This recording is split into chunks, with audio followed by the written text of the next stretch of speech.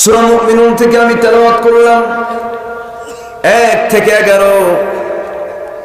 গোটা কোরআন আল্লাহ তাআলা যা বলে দিয়েছেন কথাগুলো বান্দার জন্য। যদি কোনো বান্দা শুধু সূরা মুমিনুনের 1 থেকে 11 নম্বর আয়াত পর্যন্ত যদি কোনো বান্দা ফলো করতে পারে, জান্নাতে যাওয়ার জন্য অন্য কোন আয়াতের দিকে যেতে হবে না।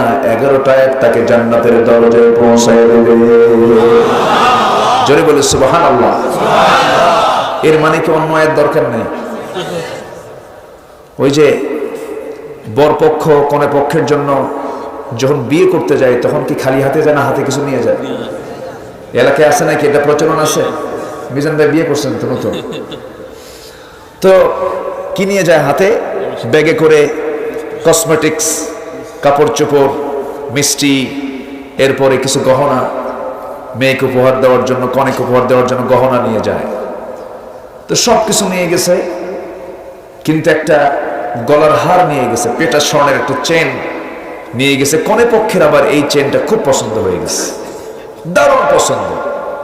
পছন্দের অতিমাত্রায় শেষ পর্যন্ত বলেই ফেলেছে কনে পক্ষ যে আপনারা এত আনছেন কেন?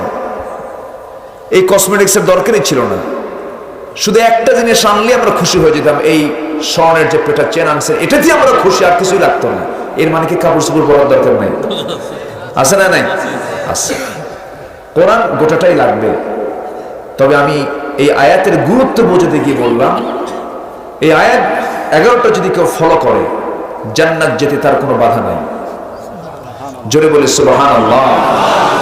তাহলে আমরা শুনতে রাজি আছি তো? একটু রাত বেশি হলো, শেষ হতে যদি একটু দেরি হয় কষ্ট হবে না তো? জোরে বলি ইনশাআল্লাহ। সম্মানিত ভাইরা, আমরা ইমানের দাবি করি। ইমান যদি আনতে হয়, ইমান আনতে হবে আমাদের 1 আনা না 16 আনা? আংশিক না পরিপূর্ণ? পরিপূর্ণ ইমান আনতে হবে। ইমান কিন্তু আংশিক খ্রিস্টানেরও আছে, ইমান কিন্তু আংশিক ইহুদিরও আছে। আছে না নাই? আমেরিকার এক প্রেসিডেন্টের নাম হলো আব্রাহাম লিঙ্কন। আব্রাহাম ইব্রাহিম থেকে এসেছে। তারপরে ইসরায়েলের একজন প্রধানমন্ত্রী ইহুদ বারাক, বেনিয়ামিন। আছে না নাই? তাহলে এগুলো কি অন্য কারো নাম? নবীদের নাম, নবীদের ছেলের নাম। ডেভিড বেকহাম, দাউদের নামে খ্রিস্টানদের বহু নাম আছে। ইহুদিরা আল্লাহকে মানে, খ্রিস্টানরাও আল্লাহকে মানে, কিন্তু তারা পুরো মানে না আংশিক মানে? আংশিক মানে। আমি মুসলমান হয়ে যদি এরকম আংশিক মানি, তাহলে আমার অবস্থান আর খ্রিস্টানের অবস্থানের মধ্যে কোনো তফাৎ আছে? নাই। ইহুদিরা কি বলে? ইহুদিদের ইমানের দশাটা কি? আল্লাহ রাব্বুল আলামিন সুন্দর করে বলছেন, ওয়াকালাতিল ইয়াহুদু উযাইরুন ইবনুল্লাহি ওয়াকালাতিন নাসারাল মাসীহু ইবনুল্লাহ যালিকা কওলুহুম বিআফওয়াহিহিম। জোরে বলুন আল্লাহু আকবার। ইহুদিরা বলে উযাইর হলো আল্লাহর ছেলে। আল্লাহকে মানছে কিন্তু আল্লাহর ছেলে বানায় ছাড়ছে। ঈমান আছে? নাই। নাসারা যারা, খ্রিস্টান যারা, তারা বলে ওয়াকালাতিন নাসারাল মাসীহু ইবনুল্লাহ, ঈসা হলো আল্লাহর ছেলে। এখন আমি আল্লাহকে মানলাম, একজনকে সাথে ছেলে বানায় দিলাম, আমার তো ঈমান থাকবে না। আমি আল্লাহকে মানলাম, আল্লাহর আইনকে না মেনে আমি দুনিয়ার আইনকে মানলাম, আমার তো ঈমান আনা হলো না। এরকম লোক বাংলাদেশে মনে হয় নাই? আসতে বলবেন না, সানা নাই?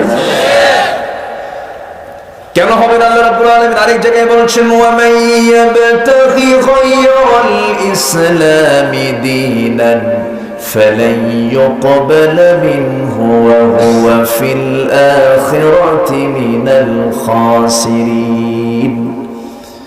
জীবন চলার পথ হিসাবে, আইন হিসাবে, জীবন পদ্ধতি হিসাবে, কনস্টিটিউশন হিসাবে ইসলামকে বাদ দিয়ে যারা অন্য কোন দিনকে, অন্য কোন দলকে, অন্য কোন পদ্ধতিকে যারা গ্রহণ করবে, আল্লাহ রাব্বুল আলামিন বলছেন ফালান ইউকবালা, লান তাকিত, তার কোনো কিছুই গ্রহণ করা হবে না। কপাল কালো বানিয়েছে, নামাজ পড়ে লাভ নাই। রোজা রাখতে রাখতে শুকায় গেছে, ওজন কমে গেছে, লাভ নাই। দান করতে করতে ফকির হয়ে গেছে, কোনো লাভ নাই। কারণ দিনটাকে ইসলামটাকে দিন হিসেবে সে মানতে পারে নাই। ও হুয়া ফিল আখিরাতি মিনাল খাসিরিন, আখিরাতে ক্ষতিগ্রস্ত হয়ে যাবে। কিতাবকে মানতে গেলে আংশিক মানা যাবে না, আংশিক মানবেন, দুনিয়াতে লাঞ্ছিত হতে হবে, আখিরাতে ক্ষতিগ্রস্ত হতে হবে। আল্লাহ রাব্বুল আলামিন আয়াত দিয়ে তা বুঝিয়ে দিয়েছেন, আফাতুমিনুনা বিবাদিল কিতাব ওয়া তাকফুরুনা বিবাদ। কিতাবের কিছু অংশ মানবি, মন মতো মানবি, কিছু অংশ তুমি মানতে যাবে না। এটার ফলাফল হলো ইল্লা খিজিয়ুন ফিল হায়াতিদ দুনিয়া, দুনিয়ার জিন্দেগিতে লাঞ্ছিত হবে, আখিরাতে তুমি ক্ষতিগ্রস্ত হয়ে যাবে। এই জন্য দুনিয়ার লাঞ্ছনাই যে আমরা গোটা দুনিয়া ব্যাপী মুসলমানরা যে লাঞ্ছিতের মূল কারণ কিন্তু কোরআন থেকে পুরোপুরি না মানা। আসতে কম কেন, ঠিক কিনা? এখান থেকে যাবেন ট্রেন যোগে ঢাকা, ট্রেন লাইন আছে না? আচ্ছা, আপনি ঢাকা যাবেন, আপনি ট্রেনে চড়েছেন, হঠাৎ করে 50টা চাকা নিয়ে চলে যাচ্ছে ট্রেন ঢাকার দিকে। হঠাৎ করে একটা চাকা বিকল হয়ে গেছে, একটা চাকা বিকল হয়ে গেছে। একটা চাকা বিকল হলে কি ড্রাইভার কি আর ট্রেন চালাবে নাকি? বলবে যে এই চাকা না ঠিক হওয়া পর্যন্ত ট্রেন যাবে না, কারণ এই চাকাটা 49 চাকাকে বিকল করে ফেলবে। একটা মাত্র চাকা নষ্ট হয়ে গেল, বাকি 49টা চাকা সহ ট্রেন বন্ধ হয়ে গেল। ট্রেন যেমন ঢাকাতে পৌঁছবে না। আমি ইসলামের সবগুলো হুকুম মানছি, কিন্তু একটা হুকুম মানলাম না। আমি ওই একটা বিষয় অমান্য করার কারণে আমার গন্তব্য কখনো জান্নাত হবে না। কোরআনে কারীমের আপনি একটা শব্দকে কেন, একটা হরফকে যদি আপনি অস্বীকার করেন, আপনার ঈমান থাকবে না। ঈমান খুব স্পর্শকাতর বিষয়। আখিরের জামানায় এমন একটা সময় আসবে, ইউসবিহু মুমিনান ওয়া ইউমসি কাফিরান, সকালবেলা ঈমানদার থাকবে, বিকালবেলা কাফের হয়ে যাবে, বেঈমান হয়ে যাবে। সেই সময় আজ আমরা লক্ষ্য করছি কিনা বলেন? আজ দেখুন, লক্ষ্য করছি কিনা বলেন? লক্ষ্য করছি। আমাদের মধ্যে অনেকে এমন আছেন, আল্লাহকে না চায়া, আল্লাহর কাছে না বলে বাবার কাছে চায়। আছে নাকি এরকম? আচ্ছা, কোন বাবার কাছে চাওয়া যাবে না, কোন মাখলুকের কাছে চাওয়া যাবে না। মাখলুকের কাছে চাবে না, মাখলুক চাবে খালেকের কাছে, মাবুদের কাছে, আবে মাবুদের কাছে। মাখলুক কখনো মাখলুকের কাছে ধরনা দেবে না, কারণ মাখলুক তো ব্যর্থ, মাখলুক তো পরিপূর্ণ নয়, মাখলুক তো কখনো সক্ষম হয় না সব কাজে। কিন্তু খালেক যিনি আমার আল্লাহ, তার কোনো ব্যর্থতা আছে নাকি? তার কোনো দুর্বলতা আছে নাকি? সকল প্রকার দুর্বলতা ক্লান্তি থেকে মুক্ত যিনি, তিনি কে বলেন? ওয়ালা ইয়াউদুহু হিফযুহুমা ওয়া হুয়াল আলিয়্যুল আযীম। জোরে বলুন আল্লাহু আকবার। অতএব মাখলুক তো মাখলুকের কাছে চাবে না। কিন্তু আমার দেশে বহু মুসলমান আছে, বাচ্চা হয় না, হয়তো সংসার অশান্তি, কবরে চলে যায়, মাজারে চলে যায়। আছে কিনা জানি না এলাকায়, এরকম আছে নাকি? এগুলো করা যাবে না। মন মনক্ষুণ্ণ হবেন না বাবাজিরা। আমি কোরআনকে সামনে রেখে কথা বলছি। ঈমান তো এমন একটা জিনিসের নাম, ঈমান তো শ্রমের নিয়ে যায় শয়তান। আমার আল্লাহ বলছেন, বান্দারে ওয়া ইযা ইসতাআনতা ফাসতাইন বিল্লাহ, তোমার যখন চাওয়ার প্রয়োজন হবে তুমি আমার কাছে চাবে। ইয়াখলুকু মা ইয়াশা ইয়াহাবু লিমান ইয়াশাউ ইনাসা ওয়া ইয়াহাবু লিমান ইয়াশাউ যুকুর। আল্লাহ যাকে চান তাকে ছেড়ে দেন, যাকে চান তাকে মেয়ে দেন, যাকে চান না তাকে কিছুই দেন না। একমাত্র কেবলমাত্র ক্ষমতা পাওয়ার একমাত্র কার? আসতে বলবেন না কার? অতএব সকল চাও আমরা চাইবো কার কাছে? আল্লাহর কাছে আমরা চাবো। কোন মৃত ব্যক্তি আমার কোন উপকার করতে পারবে না, কোন মাইয়াত আমার কোন উপকার করতে পারবে না, আমার উপকার করতে পারবে না, আমার ক্ষতি করতে পারবে না একমাত্র কে? আসতে বলবেন না কে? অতএব আমরা চাইবো কার কাছে? আমরা বলবো কার কাছে? আমার সমস্যা সবগুলো উপস্থাপন করব কার কাছে? আল্লাহর কাছে। কারণ তিনি আমাকে বানিয়েছেন। আমার আল্লাহ তেমন আল্লাহ যে আল্লাহ বান্দার সকল কিছুর খবর রাখেন। একটু কান লাগাবেন, এই আয়াতটা আমাকে দারুণ ভাবিয়ে তোলে। দেখেন কি সূক্ষ্মভাবে আল্লাহ তাআলা বান্দাকে বোঝাচ্ছেন। وَيَعْلَمُ مَا فِي الْبَرِّ وَالْبَحْرِ وَمَا تَسْقُطُ مِنْ وَرَقَةٍ إِلَّا يَعْلَمُهَا। তিনি সেই মহান প্রভু যিনি জলে কি হয়, স্থলে কি হয়, এমনকি কোন গাছের কোন পাতা, আমার আপনার বাড়ির চালের উপরে তেঁতুল গাছের ছোট ছোট ঝিরিঝিরি পাতা, কোনটা আগে পড়লো কোনটা পরে পড়লো, আমি গাছ লাগাইছি আমার খবর নাই, কিন্তু আমার আল্লাহ জেনে যান কোন পাতা আগে পড়েছে কোন পাতা পরে পড়েছে। এমন সূক্ষ্ম খবরটাও কে রাখেন?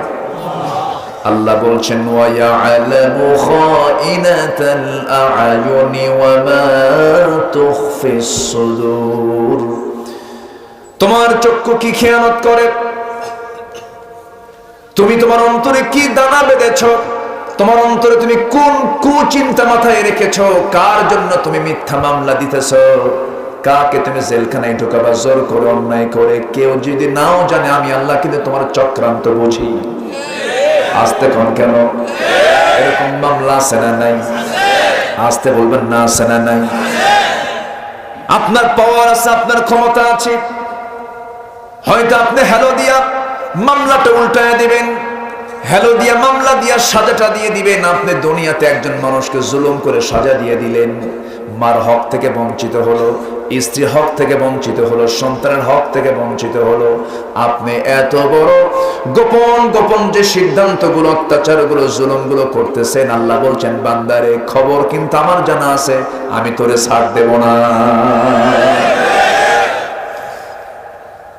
আমার ভাইরা, আমার বন্ধুগণ, আমার আল্লাহ যদিও আরশ আজিমের সমাসীন আছেন, কিন্তু তার ইলমটা সব জায়গায় আছে। সবচেয়ে আমার প্রিয় আপনজনকে আসতে বলবেন না কে? যে মুমিন হবে তার এক নম্বর আপন কে হবেন?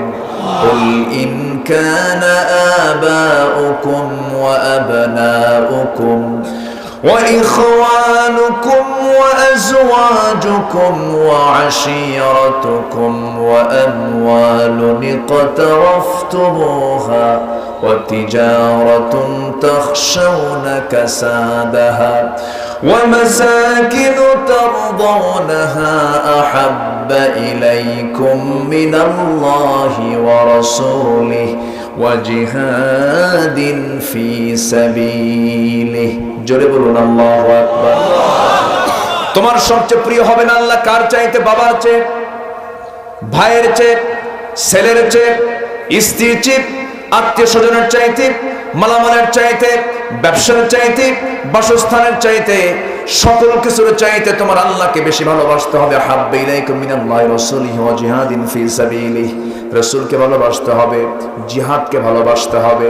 যদি না বাসো ফাতারাব্বাসু হাত্তা ইয়াতিয়াল্লাহু বিআমরিহি। সাবধান থাকো, আল্লাহর ফয়সালা কিন্তু অচিরেই চলে আসবে। আল্লাহ এখানে ধমক দিচ্ছেন। এক নাম্বার মোহাব্বত করব আমরা কাকে? আসতে বলবেন না কাকে? আল্লাহকে। এই পৃথিবীতে আমাকে আপনাকে সবচাইতে বেশি মোহাব্বত করেন কে? কি মন থেকে বললেন না মুখ দিয়ে বললেন? ভালো করে বলেন, ভালো করে বলেন। আমাকে আপনাকে সবচেয়ে বেশি মোহাব্বত করেন কে? আসতে বলবেন না কে? তাহলে আমি যদি দিল থেকেই বলি আল্লাহ আমাকে সবচাইতে বেশি মোহাব্বত করেন, তাহলে আমি আল্লাহকে কেন বেশি মোহাব্বত করব না? আল্লাহকে কেন আমি বেশি কাছে টানবো না? আল্লাহ বলছেন বান্দারে তুই আমাকে দূরে রাখিস না। ইদা তাকাররাবাল আবদু ইলাইয়া, যখন কোন বান্দা আমার দিকে হেঁটে হেঁটে আসে আমি তার দিকে দৌড়ে দৌড়ে যাই। বান্দা যখন আমার দিকে এক কদম ফেলে আমি তার দিকে 10 কদম ফেলি। বান্দা তুই আমার কাছে আয়, তুই আমার কাছে ধর্ণা দি, তুই আমার কাছে মাফ চা, আমি তোকে মাফ করে দেব। আমাকে বেশি করে ভালোবাসার চেষ্টা কর, মোহাব্বত করার চেষ্টা কর। আমি তোর রব, আমি তোর সবচেয়ে কাছে থাকি রে বান্দা। আমি তোর সকল চাহিদা পূরণ করে দেই। মাথা থেকে পা পর্যন্ত প্রত্যেকটা বডির অংশগুলো কে চালান? আসতে বলবেন না, কে চালান? দুটো চোখ দিয়েছেন কে? সুন্দর দুটো ঠোঁট দিয়েছেন কে? সুন্দর জিহ্বা দিয়েছেন কে? আল্লাহ বলছেন সব আমি চালাই। চোখ আমি চালাই, জিহ্বা আমি চালাই, ঠোঁট আমি চালাই, বডি আমি চালাই, কিডনি আমি চালাই, হার্ট আমি চালাই, লাংস আমি চালাই, মাথা থেকে পা পর্যন্ত কোন গোটা বডি আমার নিয়ন্ত্রণে বান্দা। সব তো আমি দেখি। বান্দা তুই আমারে ভুলবি কেমনে? এই চোখটা তো সুন্দর করে বানিয়ে দিয়েছি বান্দারে। প্রত্যেকটা চোখের মধ্যে 20 লক্ষ পার্টস দিয়েছি, 40 লক্ষ পার্টস দুই চোখের মধ্যে দিয়েছি। চোখের পেছনে 1,70,000 তার দিয়েছি। চোখটাকে আমি পানির মধ্যে ভাসমান করে দিয়েছি। সর্বক্ষণ পানির মধ্যে তোর চোখটা ভাসতে থাকে, চোখ যেন নষ্ট না হয়। সর্বক্ষণই পার্মানেন্টলি আমি তোর চোখের মধ্যে আমি আল্লাহ অয়েন্টমেন্ট দিয়ে দিয়েছি, মলম দিয়ে দিয়েছি। সকালবেলা ঘুম থেকে উঠলে পরে বান্দা দেখতে পাস তোর চোখের কোনায় ওই মলমগুলো জমা হয়ে গেছে। এমন সুন্দর করে বানিয়েছি। পদ্মা, মেঘনা, যমুনা যত বড়, আল্লাহ তাআলা আমার যে চোখ কান নাক দিয়েছেন তার চাইতে আরো বেশি বড়। যেরকম সুবহানাল্লাহ। তিনি আমার সবকিছু চালান, তিনি আমার সবকিছু দেখেন। সে আল্লাহ বলছেন বান্দারা তুই আমাকে ভুলে যাস কেমন করে? মালয়েশিয়া আমার এক বন্ধু আছে, আব্দুল মুমিন নাম। মালয়েশিয়া সফরে গিয়ে আমি তার সঙ্গে সালাম করমর্দন করতে নিয়ে তার হাতটা চেপে ধরলাম। দেখি তার এখানে একটা মেশিন লাগানো। বন্ধু এটা কি? মেশিন। চোখে পানি। বললাম বন্ধু কান্দো কেন? বন্ধু আল্লাহ তাআলা আমাকে প্রচুর সম্পদের মালিক বানিয়েছেন, 2টা কিডনি আমার অচল, 2 কিডনি আমার নাই। এখানে মেশিন সেট করেছি, 7 দিন অন্তর অন্তর ডায়ালিসিস করার জন্য মেশিনটার সামনে চলে যায়, সুই লাগায় দেয়, রক্তগুলো বের করে মেশিনের মধ্যে নিয়ে ফাটায় আবার ডায়ালিসিস করে আমার রক্তগুলো আমার দেহের মধ্যে ঢুকায় দেয়। ওই ডায়ালিসিস যে কাজটা করে, ওই মেশিনটা যে কাজটা করে, আমার আল্লাহ ওই মেশিনটার বিকল্প, যে মেশিনটার ওজন দুনিয়ার মানুষ বানাইছে হলো 100 কেজি যার ওজন, আর আমার আল্লাহ সেই ডায়ালিসিসের বিকল্প যে মেশিনটা দিয়েছেন আমার আপনার দেহের মধ্যে, মাত্র কিডনি দিয়েছেন 200 গ্রামের। জলকন সুবহানাল্লাহ। সাব্বিহ ইসমা রাব্বিকাল আ'লা আল্লাযী খালাকা ফাসাওয়া। শুধু সৃষ্টি করেন নাই, সমতা রক্ষা করেছেন, সমতা করে দিয়েছেন, লেভেল করে দিয়েছেন, আদল করে দিয়ে আল্লাযী খালাকাকা ফাসাওয়াকা ফাআদালাক, লেভেল করে দিয়েছেন, কম বেশি করে দেন নাই। 2টা কিডনিকে ভারসাম্য করে দিয়েছেন। 200 গ্রাম কিডনি না দিয়ে যদি হতো আমার ওজন 80 কেজি, কিডনির ওজন 200 কেজি, অসুবিধা না সুবিধা? অসুবিধা হয়ে যেত। বান্দা চলতে ফিরতে কষ্ট যেন না হয়, দেহের মধ্যে ছোট্ট আকারে একটা কিডনি দিলাম। যেরকম সুবহানাল্লাহ। কে দিয়েছেন? কে দিয়েছেন? আল্লাহ দিয়েছেন। বান্দা তুমি আমাকে ভুলে যাও কেমনে? 1 সেকেন্ড আমি তোমাকে ভুলি না। 1 সেকেন্ড আমি তোমাকে কোন সময়ের জন্য আমি তোমাকে বাদ দেই না। সব সময় তোমাকে আমি স্মরণ করি। বান্দা তুই আমাকে কখনো ভুলবি না, তুই আমাকে কখনো স্মরণ থেকে গাফেল থাকবি না। আমার নামটা বারবার নিবি। দুনিয়াতে ব্যক্তির নাম বারবার নিলে পরে বিরক্ত হয়। Chairman chairman chairman chairman chairman, কি খুশি হবে নাকি? খুশি হবে না? মা মা মা মা মা বিরক্ত হয়ে যাবে। আব্বা কি বারবার ডাকবেন, বিরক্ত হয়ে যাবে। কিন্তু আল্লাহ বলছেন বান্দারে তুই আমার নাম যতবার নিবি আমি আল্লাহ তোর প্রতি তত বেশি খুশি হয়ে যাব। জোরে করুন সুবহানাল্লাহ। আমরা খুশি করব কাকে? সে আল্লাহ তাআলা কত মহান, কত বড়। সাব্বিহ ইসমা রাব্বিকাল আ'লা, কত বড় তিনি। একটু ডিপ আলোচনা একটু কান লাগাবেন। আমার আল্লাহ, আমরা যেখানে বসে আছি এই জায়গা থেকে আমার আল্লাহর বাড়ি 2 মাইল 3 মাইল 4 মাইল দূরে নাকি? আমার আল্লাহ তাআলা আরশে আজিমটা কত দূর একটু চিন্তা করে দেখেন। আল্লাহ কত বড়, আল্লাহ কত মহান। একটু আমরা তো আল্লাহর প্রতি ঈমান এনেছি। আমরা আল্লাহর সম্পর্কে আমাদের জানা দরকার, স্পষ্ট হওয়া দরকার। আমার আল্লাহ কত বড় দেখেন। দিনের বেলা যখন আমরা জমিনে বসে থাকি তখন আমরা দিনের বেলা সূর্য দেখতে পাই, রাতের বেলা চাঁদ দেখতে পাই, তারকারাজি দেখতে পাই। দিনের বেলার যে সূর্য আমরা দেখতে পাই প্লেটের মতো, কিন্তু এই সূর্য বড় না আমরা যে দুনিয়াতে বসবাস করে সেই দুনিয়া বড়? কি বড় বলেন? এই পৃথিবীর এরিয়া হলো 50 কোটি 10 লক্ষ বর্গ মাইল। 50 কোটি 10 লক্ষ বর্গ মাইলের এই দুনিয়া ওই সূর্যের সমান হতে গেলে এই দুনিয়া একটা নয়, দুইটা নয়, 13 লক্ষ দুনিয়া যোগ করলে পরে একটা সূর্যের সমান হয়। যেরকম সুবহানাল্লাহ। কয় লক্ষ দুনিয়া? 13 লক্ষ দুনিয়া এক জায়গায় করলে একটা সূর্যের সমান হবে। তাহলে সূর্যটা কত বড়, তাপ দিচ্ছে গোটা পৃথিবীকে। যেরকম সুবহানাল্লাহ। ওই সূর্যের চাইতে আবার রাতের মিটিমিটি করে জোনাকির মতো জোনাক যে তারকাগুলো আছে, ওই তারকাগুলো আবার সূর্যের চাইতে এত বড়। ব্যাটেল জুইস নামে একটা তারকা আছে, যে ব্যাটেল জুইসটা এত বড়, ওই সূর্যের চাইতে একটা ব্যাটেল জুইস তারকা 33 কোটি গুণ বড়। যেরকম সুবহানাল্লাহ। কত কোটি? 33 কোটি গুণ বড়। এরকম battle juice, supernova, আড্রা, Proxima Centauri, এই যে তারকাগুলো আছে, এই সমস্ত তারকাগুলো আল্লাহ তাআলা আবার গ্যালাক্সির মধ্যে তুলে নিয়েছেন। ওই মহাশূন্যের ভিতরে একটা দুইটা গ্যালাক্সি, অসংখ্য গ্যালাক্সি আছে। এক একটা গ্যালাক্সির মধ্যে সৌরজগতের সৌরবিদরা বলছেন এক একটা গ্যালাক্সির ভিতরে একটা দুইটা এরকম তারকা নয়, 50 বিলিয়ন তারকা আল্লাহ তাআলা এক একটা গ্যালাক্সির মধ্যে রেখে দিয়েছেন। 1 বিলিয়ন সমান হলো 100 কোটি। আল্লাহু আকবার। কে বানিয়েছেন? আসতে বলবেন না, কে বানিয়েছেন? চাঁদের দেশে আমরা গেছি, মঙ্গল গ্রহে আমরা মানুষ গিয়ে পৌঁছেছি, ঘুরে ফিরে এসেছি। এখন মানুষ যদি চিন্তা করে চাঁদও দেখলাম, মঙ্গল গ্রহ দেখলাম, তারকার দেশে একটু যাব। এই পৃথিবী থেকে সবচেয়ে নিকটবর্তী তারকা হলো প্রক্সিমা। আল্লাহ তাআলা ইব্রাহিমকে রক্ষা করেছেন, নমরুদকে ছাড় দেননি। সে আল্লাহ আজও আছেন না নাই? আসতে বলবেন না, আছেন না নাই? আছেন। আল্লাহ তাআলা মশার উদাহরণ দিয়েছেন। মশার পাওয়ার নাই? আসতে কয় মশার পাওয়ার আছে না নাই? ডেঙ্গু যার হয়েছে সে বোঝে পাওয়ার কি। কি আল্লাহ রাব্বুল আলামিন মশার ব্যাপারে বলেছেন, ইন্নাল্লাহা লা ইস্তাহি আন ইয়াদরিবা মাসালান মা বাউদাতান ফামা ফাওকাহা ফাআম্মাল লাযীনা আমানু ফায়া'লামুনা আন্নাহুল হক। আল্লাহ তাআলা মশার উদাহরণ দিতে নিয়ে কোনো লজ্জা পান না। যারা ঈমানদার এর মধ্যে তারা হকটা খুঁজে পায়। আর কাফেররা বলে তোমার আল্লাহ মশার নামটা নিল কেমন করে? মশা একটা ক্ষুদ্র জিনিস। মশা তো ক্ষুদ্র কোনো জিনিস না, একটু ব্যাখ্যা দিলে স্পষ্ট হয়ে যাবে। আধুনিক ব্যাখ্যাগুলো একটু শুনে নেন। নাম্বার 1, মশা যদি বেশি রক্ত খায় তার হায়াত বাড়ে না কমে? পরিমাণে রক্ত বেশি খাইলে কমে না বাড়ে? হ্যাঁ, কমে যায়। বেশি রক্ত যত খাবে তার হায়াত তত কমে যাবে। ঠিক তেমনি দুনিয়াতে যারা নিয়ম মাফিক না খায়া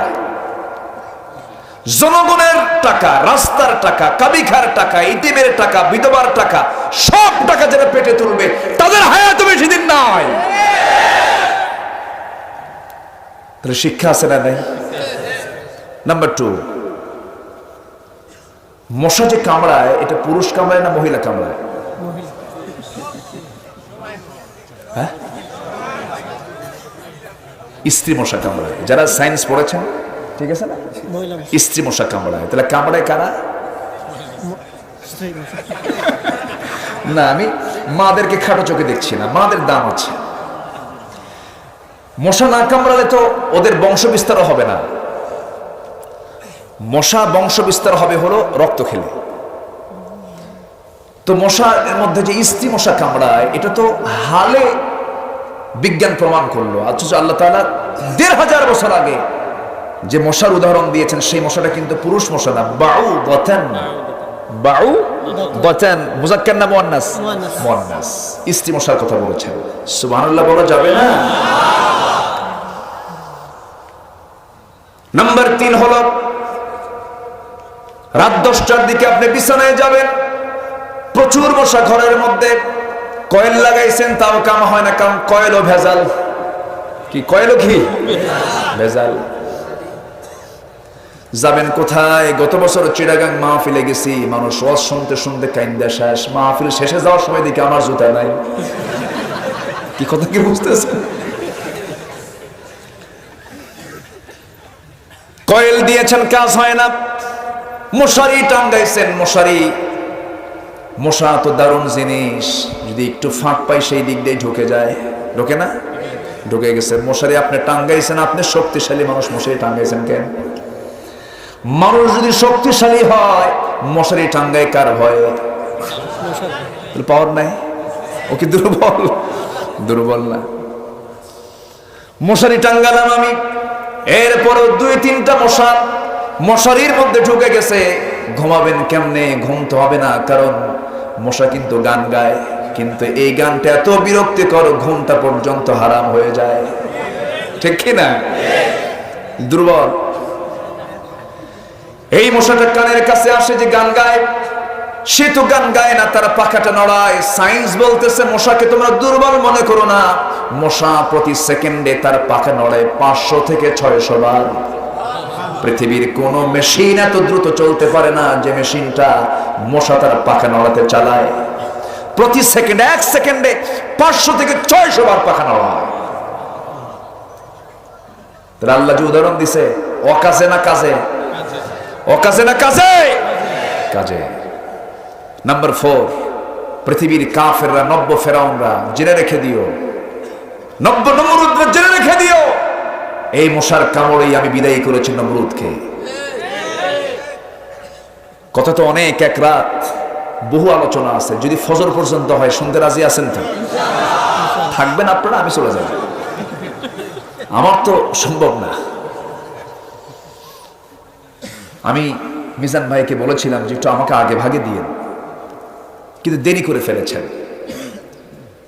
আপনার তো এক রাত, আমার তো সব রাত। আমার আগামীকালকে মাহফিল দিনের বেলা আছে, বাদ জোহর, বেশি দূরে না, মাত্র ময়মনসিংহ, খুব কাছে না? কাছে না তো, একদম কাছে না, দূরে, এই সোজা কাছে। হয়তো সুনামগঞ্জ হয়ে, নেত্রকোনা হয়ে হয়তো সোজা মনে করতেছেন, কিন্তু আসলে কাছে না, বহু দূর হয়ে সেই ঢাকা টার্ন করে আমাকে আবার ওই দিকে যেতে হবে। সম্মানিত ভাইয়েরা, তাহলে কোন সূরা থেকে কথা বলছিলাম আর বলেন তো? মুমিনুন। আগে আমরা ইমানদার চিনবো কাকে? আমরা প্রথমে আগে কাকে চিনবো? আল্লাহকে। তাহলে আল্লাহর বাড়ি কোথায় সবাই জানছি তো নাকি? 3 মাইল দূরে, 4 মাইল দূরে, কোনো হিসাবে নাই আমাদের। সে আল্লাহ বলছেন, বান্দা আমি এত বড়, আমার নামটা তোমার বড় করে নাও, বলো আল্লাহু, জোরে আল্লাহু আকবার। নামাজে আমরা কি বলি? আল্লাহু। আজানে কি বলি? বলেন বলেন জোরে। নামাজে, রুকুতে, সেজদায়, উঠতে, বসতে, জানাজায়, গরু জবাই করতে। তাহলে জন্মে লাগলো, আজানে লাগলো, নামাজে লাগলো, রুকুতে লাগলো, সেজদায় লাগলো, জানাজায় লাগলো, সব জায়গায় লাগলো আল্লাহু আকবার। জনসভায় আল্লাহু আকবার বলতে সমস্যা কোথায়? যারা আল্লাহর নাম নিতে কৃপণতা করে, আল্লাহর বরত্বকে প্রকাশ করতে যারা ইতস্তবোধ হয়, যাদের, তাদের ইমানে ঘাবলা আছে না নাই? আসতে বলবেন না, আছে না নাই? যারা জনসভায়, সমাজে, আল্লাহর জমিনে যারা আল্লাহু আকবার বলতে লজ্জা পায়, বাধা দেয়, আমি এই কথাই বলে দিচ্ছি তাদের ব্যাপারে স্পষ্ট ভাষায়, যেহেতু আল্লাহু আকবার তাদের কাছে বিরক্তির কারণ, জানাজায় আল্লাহু আকবার তাকবীর না দিয়া কুকুর, বিড়াল, সিগালের মতো বিদায় করা দরকার। সম্মানিত ভাইয়েরা, সব মাইনাস করব, আল্লাহকে মাইনাস করা যাবে না। আসতে বলে, আল্লাহকে মাইনাস করা যাবে না। আল্লাহ আমার রব, এই রবি আমার, আল্লাহ আমার রব, এই রবি আমার সব, দমে দমে তনু মনে তারি অনুভব। আল্লাহ আমার রব, এই রবি আমার সব, তোমার মদদ পেলে আমি আর না কিছু চাই, তোমার মদদ পেলে আমি আর না কিছু চাই, তোমার প্রেমের অনল আমি কি দিয়ে নে ভাই, যার হয়েছ তুমি তার নেই যে পরাভব, নেই যে পরাভব। আল্লাহ আমার রব, এই রবি আমার সব। আল কোরআনের পথ, এই পথই আসল পথ। আল হাদিসের পথ, এই পথই আসল পথ। আল্লাহ কবুল করুন, জোরে বলি আমিন। আমরা যদি ইমানের যদি দাবি করি, তাহলে কিছু গুণ আনতে হবে। আল্লাহ ছাড়া কারো কাছে চাওয়া যাবে না, কোন দরবারে মাজারে সেজদা দেওয়া যাবে না। এই মস্তক একমাত্র কার জন্য? আসতে বলবেন না, কার জন্য? যদি দোয়া চাইতে হয়, আগে বাপ মার কাছে দোয়া চাবো আমরা। হুজুরকে আপনি দিবেন কিছু হাদিয়া, দেখবেন যে আপনার সাথে ডাবল হাদিয়া আরেকজন দিয়ে গেছে, তারে খুশি করতে পারবেন। কিন্তু মাকে দিবেন একটা আপেল, আমার মা তাতেই খুশি। মাকে দিবেন একটা বেদনা, সেই বেদনাটা মা সুন্দর করে ভাঙবে, ভেঙ্গে তার সুন্দর করে দানাগুলো বের করে আস্তে করে বলবে, বাবা তোর মুখটা শুকনা, তুই খা। যেরকম সুবহানাল্লাহ। আমরা আসল জায়গায় খরচ করি না, আমরা যাই হলো নকল জায়গায়। কোথায় যাই? নকল জায়গায়। মার কাছে আমরা দোয়া চেয়ে নেব, বাবার কাছে আমরা দোয়া চেয়ে নেব, চাইতে ভুল করা যাবে না। আর সকল চাহিদা পূরণ করার জন্য বলবো কাকে? আল্লাহকে। জুতা ছিঁড়ে গেছে, কাকে বলবো? আমার কোনো সমস্যা, কাকে বলবো? আল্লাহকে বলবো। আল্লাহকে না বললে আল্লাহ রাগ করেন, আল্লাহকে না বললে আল্লাহ রাগ করেন। আমার ভাইয়েরা, ইমানের ব্যাপারে হালকা কিছু কথা বলে নিলাম, তবে ইমানদারের জীবনের সবচেয়ে বড় ভাইরাস হলো, ইমানের ভাইরাস হলো শিরকের গুনাহ করা যাবে না। বান্দা আল্লাহর সবচেয়ে বড় নৈকট্য হাসিল করতে পারবে, সেটা হলো যদি বড় বড় কবিরা গুনাহগুলো ছেড়ে দেয়। ওয়াল্লাযীনা ইয়াজতানিবুনা কাবাইরাল ইসমি, যদি কোনো বান্দা বড় বড় কবিরা গুনাহগুলো ছেড়ে দেয়, আল্লাহ বলছেন, ও বান্দা তোমার ছোট ছোট গুনার দিকে আমি তাকাবই না, আমি তোমাকে মাফ করে দেব। এখন হয়তো বলবেন, বড় বড় কবিরা গুনাহগুলো কি? যে সমস্ত গুনাহগুলো করলে ইমানটা ক্যান্সার হয়ে যাবে, ইমানটা নষ্ট হয়ে যাবে। এর মধ্যে সবচেয়ে বড় গুনাহ হলো আলা উনাব্বিউকুম বিআকবারিল কাবাইর। রাসূল বলেন, ও বান্দা, ও আমার সাহাবীরা, আমি কি তোমাদেরকে বড় বড় কবিরা গুনার কিছু চার্ট দেব নাকি, খবর দেব নাকি? রাসূল আপনি বলুন। রাসূল বললেন, এক নাম্বার হলো আল-ইশরাক বিল্লাহ, শিরিক করা। এরপরে কি? উকুকুল ওয়ালিদাইন, পিতামাতার সঙ্গে নাফরমানি করা, খারাপ আচরণ করা। নাম্বার 3 হলো ওয়াকালুজ জুর, বেহুদা কথা বলা, বাজে কথা বলা, মুখ থেকে খারাপ কথা বলা। এগুলো হলো সবচেয়ে বড় বড় কবিরা গুনাহ। আল্লাহ তাআলা এখানে ইমানদারের গুণ উল্লেখ করতে গিয়ে এখানেও কিছু গুণের কথা বলেছেন, তার পরিপন্থী কিছু করলেই বড় কবিরা গুনাহ হয়ে যাবে। আল্লাহ বলছেন, বান্দারের সফল হওয়ার জন্য কারো পরামর্শ নিও না, তুমি বান্দা আমার পরামর্শ নিয়ে নাও। আল্লাহ তাআলা বলছেন, যারা পারেন সঙ্গে পড়ুন, قد أفلح المؤمنون الذين هم في صلاتهم خاشعون والذين هم عن اللغو معرضون والذين هم للزكاة فاعلون। ওই সমস্ত মুমিনরা সফল, ওই সমস্ত মুমিনরা সাকসেস, মহা সাফল্যে সাফল্যবান হবে সমস্ত মুমিনরা, ওই সমস্ত বান্দারা যাদের এক নাম্বার গুণ থাকবে, যারা খুশুর সঙ্গে নামাজ পড়বে, অত্যন্ত মনোযোগের সঙ্গে নামাজ পড়বে, অত্যন্ত দিল দিয়ে নামাজ পড়বে।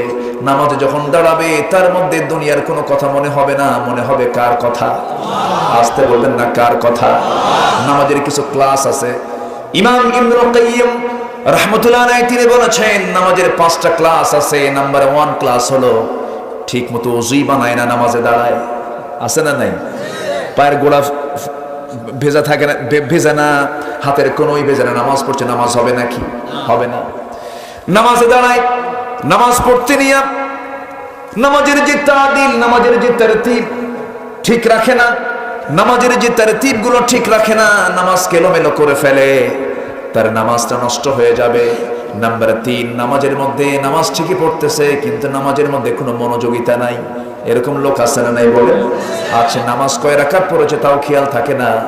নামাজ কবুল হবে কিন্তু ওই নামাজটা কখনো ইমানদারের নামাজ, প্রকৃত নামাজ হতে পারে না। নাম্বার 4 হলো সুন্দর করে নামাজ পড়ছি, সবই ঠিক আছে, কিন্তু নামাজের মধ্যে মাঝে মাঝে দুনিয়ার কথা আবার মাঝে মাঝে চলে আসে, আবার নামাজের মধ্যে মনোযোগিতা কাজ করে।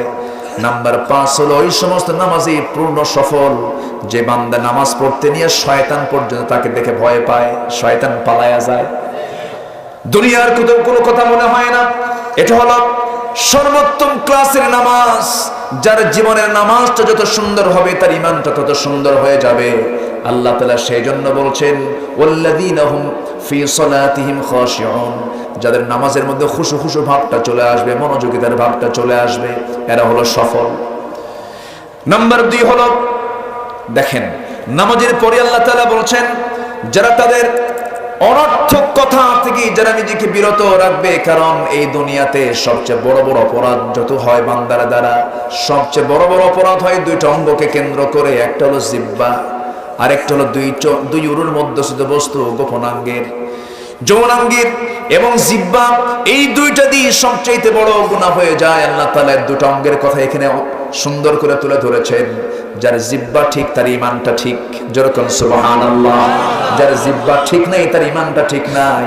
আমার বন্ধুগণ, যে জিহ্বায় মিথ্যা কথা থাকে না সেই বান্দা জান্নাতে চলে যাবে, যেরকম সুবহানাল্লাহ। কিন্তু আমরা সত্য কথা বেশি বলি না মিথ্যা কথা বেশি বলি? বলেন বলেন বলেন। আবার যদি একটা প্রশ্ন করি, ক্রিটিক্যাল প্রশ্ন, রাগ করা কিন্তু যাবে না, আপনার উত্তরটা দিবেন, আমি কিছু বলবো না। এই দেশের যত শ্রেণীর মানুষ আছেন সকল শ্রেণীর মধ্যে সবচেয়ে বেশি মিথ্যা কথা বলে কারা? বলেন বলেন। আমরা তো মুসলমান, তাই না? আমাদের মধ্যে কোন পেশার লোক, কোন শ্রেণীর লোক সবচেয়ে বেশি মিথ্যা কথা বলে, ঠকায় জনগণকে? হ্যাঁ, একজনকে উকিল, আরেকজনকে রাজনীতিবিদ, বিভিন্ন লোক বিভিন্ন কথা বলছেন। সম্মানিত ভাইয়েরা, বুঝে নেন, বুঝে নিতে হবে, বুঝে নিতে হবে। যে ঠকায়, যে মানুষকে ঠকায়, সে ঠকায় না, সে নিজে ঠকে, ঠিক কিনা? সে নিজে ঠকে। যে ঠকতেছে সে ঠকে নাই, সে জিতে যাবে একদিন, ঠিক কিনা বলেন? মজলুম নিরাপদ, জালিম বিপদ। আমরা মজলুমের কাতারে থাকতে চাই, জালিমের কাতারে যাব না আমরা। জোরে বলি ইনশাআল্লাহ। মিথ্যা, মিথ্যা যেন আমাদের কমন একটা বিষয় হয়ে গেছে। এক সাহাবী রাসূলকে সে বলেন, ইয়া রাসূলুল্লাহ, আমাকে একটা আমল শিখান, আমি এর চেয়ে বেশি আমল করতে পারবো না। রাসূল বলেন, মিথ্যা কথা কইও না, যাও। জোরে বলি সুবহানাল্লাহ। আজকে থেকে আমরা মিথ্যা ছেড়ে দেব। জোরে বলি, আরো জোরে বলি, আরো জোরে বলি। মিথ্যা ছাড়লে তার সব পাপ তার জীবন থেকে মুছে যাবে। আল কিযবু উম্মুল খাতিআত, পাপ, মিথ্যা হচ্ছে সকল পাপের মা। আমার নবীজির রাষ্ট্র পরিচালনার মূল অস্ত্র ছিল হলো সত্যবাদিতা। আর গোটা পৃথিবীর অধিকাংশ রাজনীতির মূল সূত্র হলো মিথ্যার প্রতারণা, ঠিক কিনা? কে বলেছে আমেরিকা গণতন্ত্রের ঠিকাদার? কে বলেছে? রক্তচোষা আমেরিকা 7.5 লক্ষ ইরাকের মা বোনদের জীবন ছিনিয়ে নিয়েছে। রাশিয়া ইউক্রেনকে যুদ্ধ লাগায় দিয়া গোটা বিশ্বের বিশ্বায়নের সংকট সৃষ্টি করে দিয়েছে। ওদের কাছে আমাদের শেখার কিছু। বিশ্বনবী মসজিদ চালিয়েছেন, সমাজ চালিয়েছেন, দেশ চালিয়েছেন সত্যের উপরে নির্ভর করে। যারা সত্যের উপরে নাই তাদের সঙ্গে আমরাও নাই। দেখলাম তো সবকিছু। বঙ্গবন্ধুর একটা কথা আমার বারবার মনে পড়ে। বঙ্গবন্ধু শেখ মুজিবুর রহমান, তিনি বাইরে যা থেকেছেন, এই দেশের মানুষের জন্য জেল খেটেছেন, জেলের ভিতরে থেকেছেন বেশি, তার অবদান আছে, আমি তার অবদানকে স্বীকার করি। তিনি দেশের জন্য, মানুষের জন্য অনেক অনেক জুলুমের শিকার হয়েছেন, কাজ করেছেন। তিনি বলেছিলেন আফসোস করে, দেশ স্বাধীনের পর মানুষ দেশ স্বাধীন করে পায় তেলের খনি, গ্যাসের খনি, স্বর্ণের খনি, আর আমি পাইছি চোরের খনি। বৈদেশিক সাহায্য যা এসেছে স্বাধীনতার পর থেকে আজ পর্যন্ত, তা যদি সুষম বন্টন হতো এদেশের মানুষের চিত্র এবং থাকতো না, ঠিক কিনা? 2023-কে বলা হচ্ছে দুর্ভিক্ষের বছর। না, আমরা এটা এই বিশ্বাস করব না, কারণ আমাকে চালাবেন পৃথিবীর কেউ না, আমাকে চালাবেন কে? আল্লাযী আত'আমাহুম মিন জু'ইন ওয়া আমানাহুম মিন খাউফ। ক্ষুধার্তকে খাবার দিবেন কে? ভীতির জনপদ থেকে নিরাপত্তা দিবেন কে? শর্ত হলো ফালইয়াবুদু রাব্ব হাযাল বাইত। আমাদের দায়িত্ব হলো ইবাদত করব কার? ইবাদত করব কার? দোহাই লাগে আল্লাহি, আমি কাউকে গালমন্দ করে কথাগুলো বলছি না, আমার বিবেককে নাড়া দেওয়ার জন্য কথাগুলো বলছি। আমরা ভালো হতে পারিনি, কোথাও শান্তি নেই। মসজিদে যাবেন, জুতা সামনে না নিলে নামাজ হয় না, সামনে জুতা রাখতে হয়।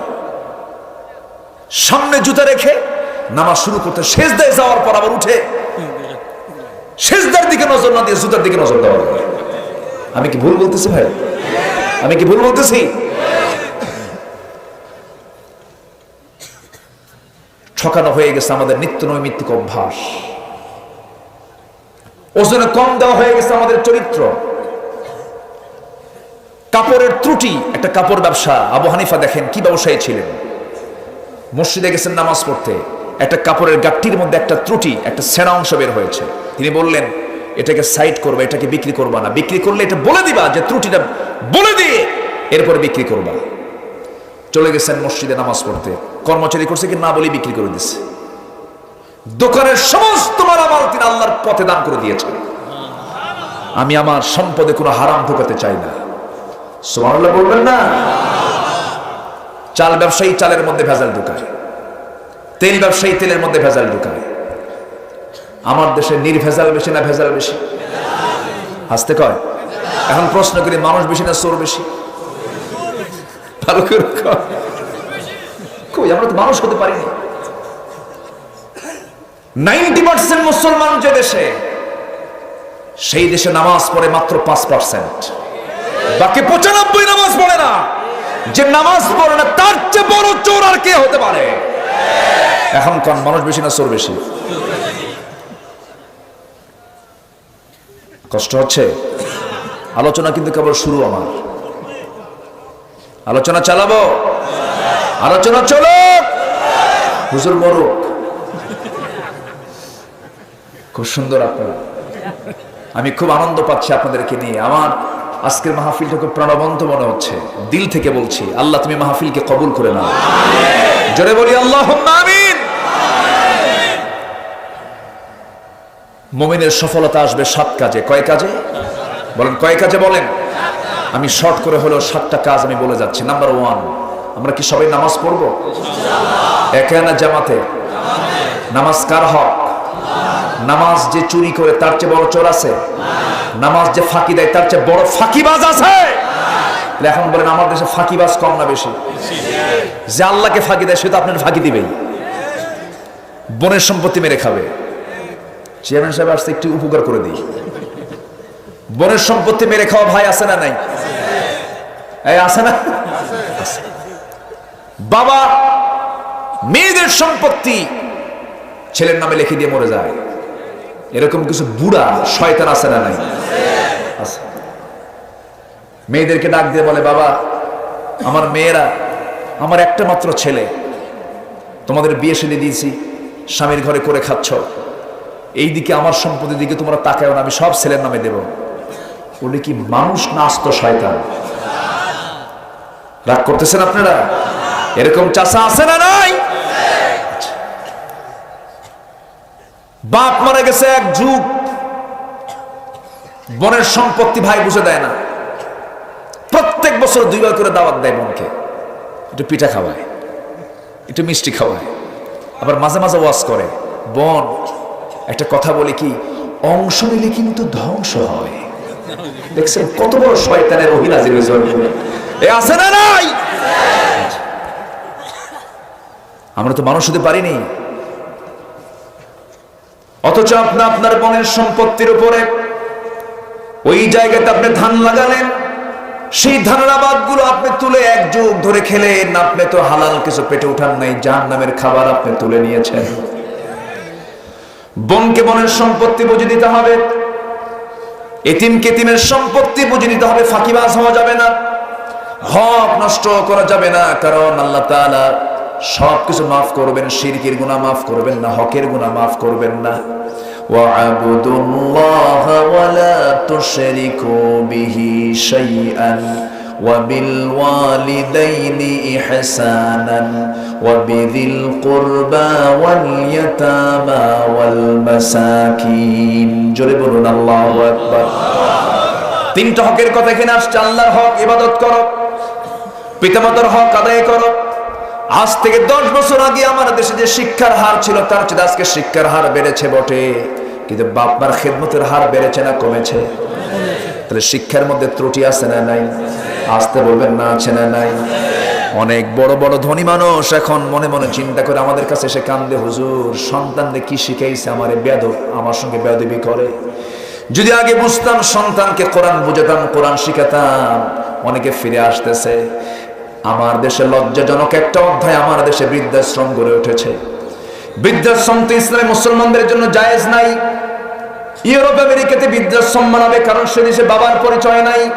বুড়া মানুষগুলোকে বৃদ্ধাশ্রমে রেখে যায়, কিন্তু মুসলমানদের ভিতরে সবচেয়ে দামি মানুষ হলো বুড়া মানুষ। ইসলামের সবচেয়ে বুড়া মানুষের দামটা দিয়েছে। বুড়া তো বাপরা হয়, বুড়া কারা হয়? বাপ হয়, মা হয়। বুড়োদের দাম ইসলামের সবচাইতে বেশি। বুড়োকে সম্মান যে করবে না সে আমার উম্মতি না, রাসূল বলেছেন।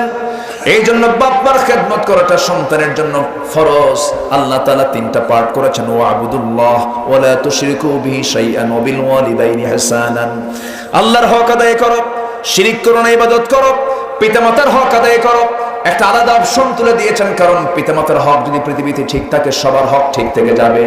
আজকে বাপ মার হক কি আদায় হয় নাকি? এই যে চেয়ারম্যান সাহেব সাক্ষী, আমি হলফ করে বলতে পারি, সন্তান বাপ মাকে ভাত দেয় না এমন বিচার তার করতে হয়।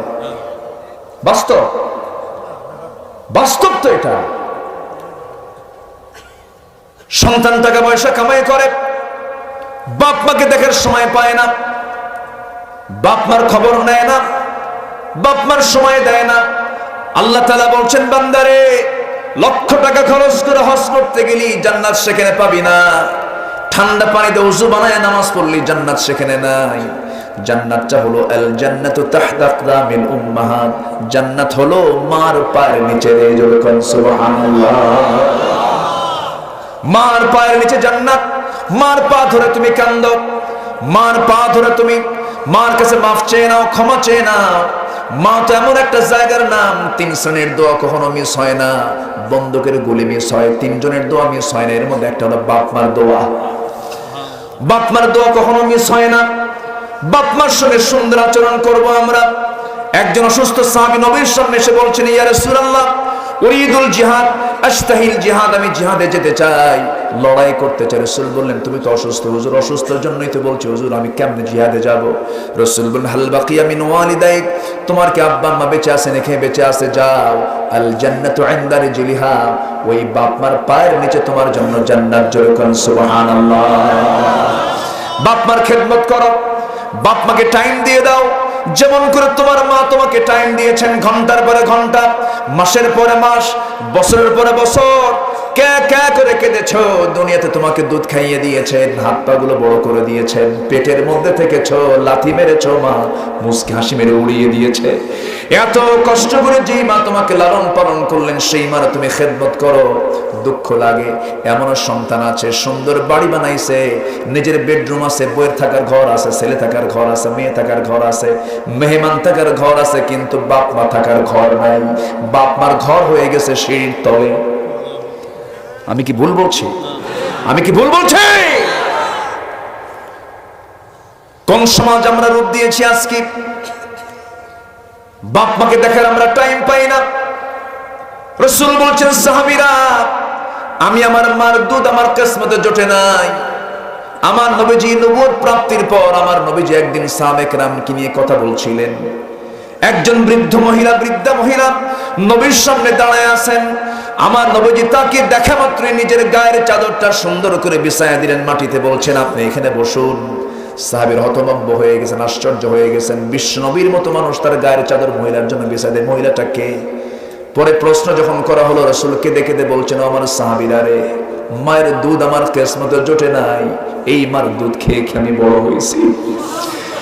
ইনি হচ্ছেন আমার জন্মদান, আমার দুধ দানকারী মা, দুগ্ধমা আমার মা হালিমাতুস সাদিয়া। নবীজি মাঝে মাঝে মায়ের কথাগুলো বলতেন, রাসূল কেঁদে ফেলে দিতেন, বলতেন, আহারে আমি আমার মাকে 5 বছর যদিও পেয়েছি কিন্তু কাছে পাই নাই, মার খেদমত করো, তোমরা মার খেদমত করো। আমার নবীজি একদিন রাগ করে বলেন, রাহিমান ফুহু রাহিমান ফুহু, ওই লোকের নাক ধুলায় মলিন হয়ে যাক, ধুলায় মলিন হয়ে যাক, যে তার জীবন দশে বাপকে পেল অথবা মাকে পেল অথবা উভয়জনকে পেল, অথচ নিজের জীবনের গুনাহ মাফ করে নিতে পারলো না, সে জান্নাত পেল না, তার নাকটা ধুলায় মলিন হয়ে যাক, তার ধ্বংস হয়ে যাক। আমার বন্ধুগণ, সবার বাড়িতে এই নিয়ামত অনেকের আছে না নাই? আসতে বলবেন না, আছে না নাই? আচ্ছা, আমরা এই নিয়ামতকে আমরা অবশ্যই মূল্য দেব। বাপ মা আপনার জন্য যা বলবেন তাই আল্লাহর দরবারে মঞ্জুর হবে। খুব দামি সম্পদ। যদি কেউ তার রিজিককে বাড়ায় নিতে চায়, সুস্থ থাকতে চায়, সে যেন তার বাপ মাকে দিয়ে দোয়া করায় নেয়। আপনার দোয়া মিস হবে, কিন্তু বাপ মার দোয়া একটা বারের জন্য মিস হবে না। জোরে বলি সুবহানাল্লাহ। আমার ভাইয়েরা, আমার বন্ধুগণ, একজন নবী ছিলেন মুসা আলাইহিস সালাতু ওয়াস সালাম। একদিন আল্লাহকে প্রশ্ন করছেন, আল্লাহ তোমাকে একটা প্রশ্ন করব। কি প্রশ্ন? তিনি মাঝে মাঝে আল্লাহর সঙ্গে কথা বলতেন, আল্লাহ তুমি কি আমাকে জান্নাত দিবা নাকি? অবশ্যই তোমাকে জান্নাত দেব, না তো কাকে জান্নাত দেব? আল্লাহ জান্নাতে একা থাকবো কেমনে? জান্নাতের বন্ধু হবে আমার কে? আল্লাহ বলছেন, তোমার জান্নাতের বন্ধু হবে একজন কসাই। কসাইয়ের নাম শুনে তিনি বলছেন, আল্লাহ আমার বন্ধু একজন কসাই হবে, সেই লোকটার বাড়ি কোথাও অমুক জায়গায় তার বাড়ি। দেখা করার জন্য তিনি সঙ্গে সঙ্গে রওনা দিয়েছেন। বাড়িতে গিয়ে কসাইকে দেখলেন না, তার মাকে পেলেন। বৃদ্ধা মা দোলনায় দোল খেতেছে। বৃদ্ধা মার পাশে দাঁড়িয়ে মুসা বলছেন, ও মহিলা, আপনার সন্তানটা কি করে কসাইগিরি করে? আপনার সন্তান তো ভালো না, আপনার তো খেদমত করে না। চোখ বড় করে বুড়িমা বলতেছে, ও যুবক, যার তার সামনে ছেলের দুর্নাম করবা না। আমার ছেলে আমার যে পরিমাণ খেদমত করে, সকালবেলা আমি ঘুম থেকে উঠেছি, আমার পেশাব পায়খানা সাফ করে গোসল করায় দিয়ে আমার সেবা শুশ্রূষা করে আমাকে কোলে নিয়ে আদর করে আমাকে নিজ হাতে রান্না বান্না করে আমাকে খাওয়ায় দিয়া আমার জন্য বলতেছে, মা আমি তো একজন কসাই মানুষ, আমার তো কিছু কর্ম করতেই হবে। আমাকে দোলনায় দোল দিয়া আমার সেবাগুলো করে গিয়ে বলতেছে, ও মা আমি বিকেল বেলা আসবো তোমার জন্য, গোশতের সবচেয়ে গুরুত্বপূর্ণ অংশ গরুর কলিজাটা নিয়ে আসবো, ভুনা করে রাত্রে তোমাকে আমি খাওয়ায় দেব। আমার সন্তানটা প্রত্যেকটা দিন প্রত্যেকটা রাত আমার সঙ্গে সর্বক্ষণ সেবা করেই যাচ্ছে। তুমি কার বিরুদ্ধে কথা বলো যুবক? এই জন্য আমি মাঝে মাঝে দোয়া করি, আল্লাহ আমার ছেলে বড় কিছু নয়, যদি একজন কসাই, কিন্তু মার খেদমতে সে ফার্স্ট ক্লাস ফার্স্ট হয়েছে। আল্লাহ তোমার কাছে ফরিয়াদ করি, আমার সন্তানকে তুমি আল্লাহ ওই জান্নাত দিবা যে জান্নাতের বাসিন্দা হবে মুসা আলাইহিস সালাতু ওয়াস সালাম। সুবহানাল্লাহ। মুসা কাঁদতে কাঁদতে সেই জায়গা থেকে বাড়ির দিকে চলে গেলেন। এই জন্য মায়ের গুরুত্ব আছে না নাই? আসতে বলবেন না, আছে না নাই?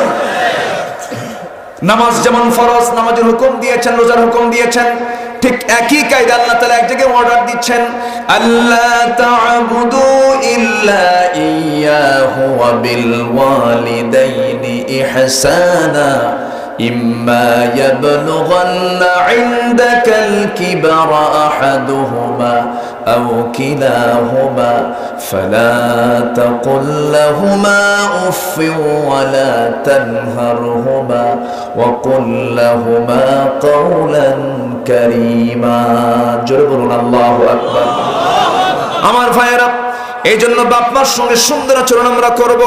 যদি না করি, সগীরা গুনাহ না কবিরা গুনাহ, উকুকুল ওয়ালিদাইন, আল ইশরাকু বিল্লাহ ওয়া কাউলুজ যুর, বেহুদা কথা বলা। রাসূল বলেন তিনটা বড় কবিরা গুনাহ।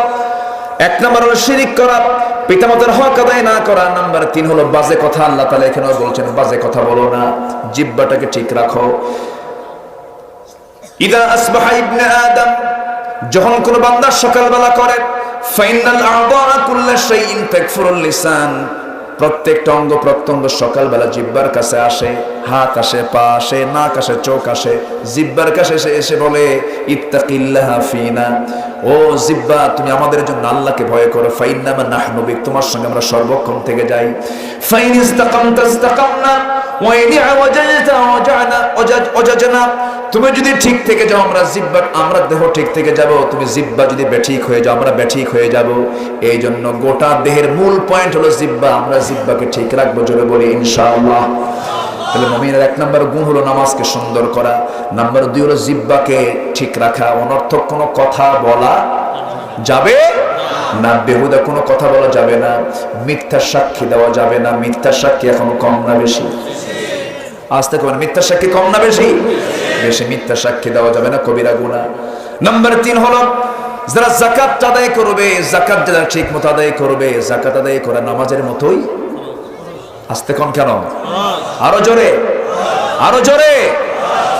যাকাত দিতে হবে, কিন্তু আজকে সমাজে যাকাত চালু না সুদ চালু? আস্তে কয়, সুদ বেশি না যাকাত বেশি? সুদ বেশি। সুদ বেশি হওয়ার কারণে মসজিদ কমিটির সভাপতি একজন বিশিষ্ট সুদখোর, বেশি যায়। কমিটির সভাপতির পদ দখল করেছে সুদখোর, সেক্রেটারির পদ দখল করেছে হলো বিশিষ্ট মদখোর, আর ক্যাশিয়ার মাশাআল্লাহ বিখ্যাত কুখ্যাত জেনাকার। আছে না নাই? কারা বানাইছে? আমরা। মসজিদের মতো পবিত্র জায়গা সভাপতির দায়িত্ব তো একজন সুদখোর পালন করতে পারে না।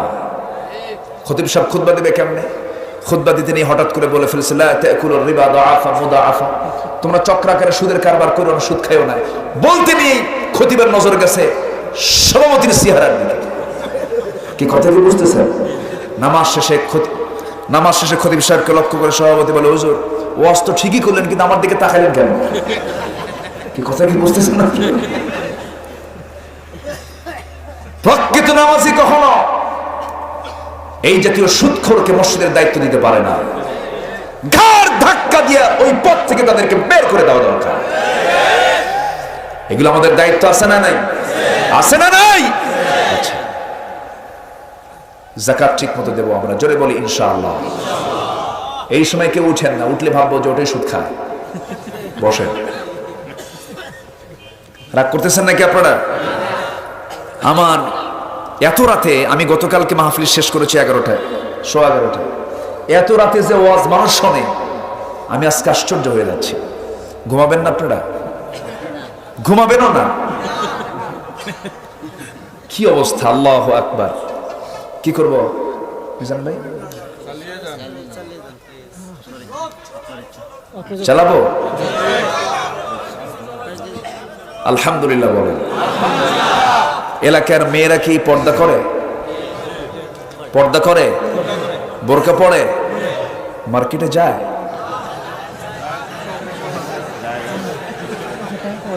মার্কেটেও যায়? যাবে, সমস্যা নেই, স্বামী নিয়ে যাক, কিন্তু বয়ফ্রেন্ড নিয়ে কিন্তু যাওয়া যাবে না। বয়ফ্রেন্ড আছে না নাই? তাও আছে। তাহলে কেমন হলো বলে? এটা কেমন পর্দা? বয়ফ্রেন্ড গার্লফ্রেন্ড বলতে ইসলামে কোনো জায়েজ আছে নাকি? এটা বলেন তো। বয়ফ্রেন্ড গার্লফ্রেন্ডের কোনো অপশন ইসলামে আছে? স্বামী এবং স্ত্রীর এই বৈধ সম্পর্ক ছাড়া কোনো সম্পর্ক ইসলামে নাই। হ্যাঁ, কি জন্য কইল? কি মাতিলাও মাতিলাও মাতিলাতকা বলে? যে আমি কিছু ভাষা শেখার চেষ্টা করতেছি, কিন্তু পারি না, ধরা খেয়ে যায়। খুব ভালো, আপনারা বলি আলহামদুলিল্লাহ। তাহলে সিদ্ধান্ত নেব, নামাজ আমরা কেউ ছেড়ে দেব না, জিহ্বা ঠিক রাখবো, জোরে বলি ইনশাআল্লাহ। নাম্বার 3, অর্থটাকে পবিত্র রাখার জন্য সুদের কারবার না করে যাকাত দেব, জোরে বলি ইনশাআল্লাহ। নাম্বার 4, ওয়াল্লাযীনা হুম লিফুরুজিহিম হাফিজুন। দেখেন আল্লাহ জিহ্বার পাশাপাশি এখন যাচ্ছেন লজ্জাস্থানের দিকে। আল্লাহ বলছেন তুমি তোমার গোপন অঙ্গকে হেফাজত করো। এই দুটো জিনিস হেফাজত করবে, রাসূল বলেছেন আযমানু লাহুল জান্নাহ, আমি তার জন্য বেহেশতের জামিন হয়ে যাব। তাহলে গেল কয়টা? 4টা গেল। আর আছে কয়টা? 3টা। তাহলে প্রথম হলো নামাজ ঠিক করব, নাম্বার 2 হলো জিহ্বা ঠিক করব, নাম্বার 3 হলো মাল ঠিক করব, যাকাত দিয়ে সব পবিত্র করে ফেলবো, ঠিকঠাক করে ফেলবো, সুদের ধারে পাশে যাব না। নাম্বার 4 হলো নিজের চরিত্র ঠিক রাখবো। যুবকরা, ও যুবক, তোমার জন্য 3টা কাজ। কয়টা কাজ? তুমি 3টা কাজ যদি করতে পারো যুবক, রিজিকের দায়িত্ব আমার আল্লাহ তোমার নিয়ে নিবেন। রিজিক বৃদ্ধি হয়ে যাবে। রিজিক কি হবে? বৃদ্ধি হয়ে যাবে। তোমার অর্থের কোনো সমস্যা থাকবে না, তুমি 3টা কাজ সব সময়ের জন্য করবা। যুবকরা আছে তো নাকি? 3টা কাজ। নাম্বার 1 হলো তাড়াতাড়ি বিয়ে করবা। কিছুই কয় না। ঠিক ঠিক আস্তে আস্তে বলে মুরব্বীরা বিয়ে করাবে। বিয়ে করার দরকার আছে না নাই? হ্যাঁ, এবার মনে হলো পুরুষ পুরুষ বাপ, বিয়ে করতে হবে। 50 বছর হয়ে যায় বিয়ে করে না, আছে না? 50 বছর যদি পারি হয় বাকি জীবন আর বিয়ে করে ওরকম করি থাক। এরকম কিছু আছে না নাই? স্ট্যান্ডার্ড এজ হলো 25 বছর। বিয়ে করেছেন মুহাম্মদ সাল্লাল্লাহু, বাপও নাই মাও নাই। গরিব মানুষ, অসহায় মানুষ, এতিম মানুষ ছিলেন। গরিব তো তিনি ছিলেন না, দোতলায় জন্ম তার। মক্কার কাবা শরীফের ফার্স্ট পজিশন, ফার্স্ট প্লেসের জায়গা হলো আমার নবীজির পৈতৃক সূত্রে পাওয়া। আলহামদুলিল্লাহ বলেন। রাসূল গরিব ছিলেন না, কিন্তু বাপ মা না থাকলে যা হয়, বাপ মা না থাকলে যা হয়। বিয়ে যখন করলেন, কিছুই তো ছিল না, বিয়ে করে নিয়েছেন। তার মেয়ে ফাতিমাকে বিয়ে দিয়েছেন টাকাওয়ালার সাথে, বাড়িওয়ালার সাথে, বাড়ি ছাড়া লোকের সাথে দিয়ে দিয়েছেন। বিয়েটাকে সহজ করতে হবে। যে সমাজে বিয়ে জটিল, জিনা সহজ, ওই সমাজ ইসলামী সমাজ হতে পারে না। আজকে সমাজে কোনটা সহজ? জিনা সহজ, বিয়ে কঠিন হয়ে গেছে। বিয়েটাকে আজকে কঠিন বানিয়ে দেওয়া হয়েছে। যত বড় শিক্ষিত তার বিয়ে করতে তত সময় লাগে, পড়তে পড়তে টাইম নেই। ঠিক না? এটা তাড়াতাড়ি বিয়ে করে নিবা। রিজিকের দায়িত্ব কার? কে রিজিকের ব্যবস্থা করবেন? আল্লাহ করবেন। হ্যাঁ, কে যেন কইল হুজুর আব্বা বিয়ে করায় না। ওই যে কি যেন কইছে, আমি টের পাইছি একটু হালকা। হ্যাঁ কইছে না, এরকম কিছু কইছে মনে হয়। হ্যাঁ বলছে। বাপদেরও কিছু দোষ আছে। ছেলেটা নামাজ পড়ে, নোংরা কোনো কাজে যায় না, কোনো তার বান্ধবী নাই, কোনো নোংরা প্রেম তো না, ওগুলো নোংরামি, জেনার কাজ, ওগুলো কাজ করতে যায় না। ছেলে খুব ভালো, বাপকে বলে আব্বা নামাজ পড়ি, তাহাজ্জুদ পড়ি, মেয়েদের দিকে তাকাই না, আব্বা আমার তো যৌবন আছে, আমার তো বিয়ে করা দরকার। হয়তো একটু ভদ্র হয়ে ভালো করেই বলছে, বাপ তো অত বোঝে না। বাপ চিন্তা করে চাকরি বাকি কিছু নাই, এমন ধমক, কিসের বিয়ে রে, এরকম আছে না? বলেন, আপনি যে ধমকটা দিলেন তার আগে 7 বার ভাবতে হবে। আপনার ছেলে যদি কোনো জেনার কাজে লিপ্ত হয়, সেই জেনার গুনার ভাগী আপনাকে হতে হবে। ঠিক কি না? ভাবতে হবে। এই জন্য শুধু বাপ হলে চলবে না, বাবার দায়িত্ব আছে না নাই? আচ্ছা, সব জায়গায় সৎ পাত্রস্থ মেয়েকে করা উচিত, ছেলেকে সব ভালো জায়গায় বিয়ে দেওয়া উচিত। এগুলো বাপ মার অপরিহার্য দায়িত্ব। আল্লাহ তুমি সমাজে সকল নোংরামে তুমি আল্লাহ বন্ধ যেন হয়, আমরা যেন সেই সুন্দর করে চলতে পারি। আল্লাহ তুমি সেই তৌফিক এলাকাবাসীকে দিয়ে দাও। জোরে বলি আল্লাহুম্মা আমিন। এলাকার প্রত্যেক মা বোনদেরকে পর্দায় থাকার তৌফিক দাও। অবৈধ সকল সম্পর্ক থেকে তুমি আল্লাহ আমাদেরকে দূরে রাখো। জোরে বলি আল্লাহুম্মা আমিন। জি যুবকরা, মন খারাপ নাকি? আমি কি কথা বলাতে কি মন খারাপ করলা না খুশি হয়েছে? হুজুর একটু কাজ এগিয়ে গেছে আমাদের, ভালো। নাম্বার 2 হলো, বারবার রিপিট করছি, 1 নাম্বার হলো দ্রুত বিয়ে করে নেবে। যৌবন আছে, যৌবনকে নষ্ট করা যাবে না, তবে ইউসুফের চরিত্র আনতে হবে। নাম্বার 2 হলো পিতামাতার সঙ্গে সুন্দর আচরণ করবে, তোমার রিজিকের ফয়সালা আল্লাহ করে দিবেন। নাম্বার 3 হলো আল্লাহকে ভয় করবা। এই 3টা ফর্মুলা মেনে চলবে, পৃথিবীর কোথাও আল্লাহ পাক তোমাকে ঠেকায় রাখবেন না। নাম্বার 5 হলো আল্লাহ তাআলা মুমিনের 7টা গুণের কথা বলেছেন। নাম্বার 5 হলো ওয়াল্লাযীনা হুম লিআমানাতিহিম ওয়া আহদিহিম রাউন। নাম্বার 5 হলো তোমরা তোমাদের আমানতটাকে ঠিক রাখবে। আমানত, লা ঈমানা লিমান লা আমানাতা লাহ। তার ঈমান নাই, যার আমানত ঠিক নাই। আমানত ঠিক রাখা হচ্ছে ঈমানদারের একটা গুরুত্বপূর্ণ দায়িত্ব। আমানতকে নষ্ট করা যাবে না, আমানতকে ভঙ্গ করা যাবে না। আপনার কাছে একজনের কিছু গচ্ছিত টাকা পয়সা আছে, নিজের মনে করা যাবে না। আপনার সামনে কেউ একটা জিনিস আমানত স্বরূপ রেখে গেছে, নষ্ট করা যাবে না। আমানতটা কি? একটা এক্সাম্পল দিলে ক্লিয়ার হয়ে যাবে। ওমরে ফারুকের নাম তো আমরা সবাই শুনেছি। কয় নাম্বার খলিফা? বলেন কয় নাম্বার খলিফা? আবু বকর কয় নাম্বার? ওসমান রাদিয়াল্লাহু আনহু কয় নাম্বার? আলী রাদিয়াল্লাহু আনহু কয় নাম্বার? 4 নাম্বার। 1 নাম্বার খলিফা আবু বকর, 2 নাম্বার খলিফা ওমর। অনেক দিন আগে এক মাহফিলে বলছিলাম ওমরে ফারুককে চিনেন কে? সামনে থেকে এক ছেলেকে, হুজুর আমি চিনি। কে? আমাদের বাড়ির দোতলায় ভাড়া থাকে। বুঝলেন? ওমরে ফারুক রাদিয়াল্লাহু তাআলা আনহু অর্ধ জাহানের শাসনকর্তা। সেই ওমরের সামনে রাষ্ট্রের তহবিল থেকে, রাষ্ট্র থেকে কিছু মধু জনগণের জন্য এসেছে। তিনি 1 বোতল মধু তিনি পাইছেন। সে 1 বোতল মধু শুধু তিনি একাই গ্রহণ করবেন না, তার প্রতিবেশী যে কয়জন আছেন সবাইকে ভাগ করে তিনি নেবেন সমান সমান ভাগে।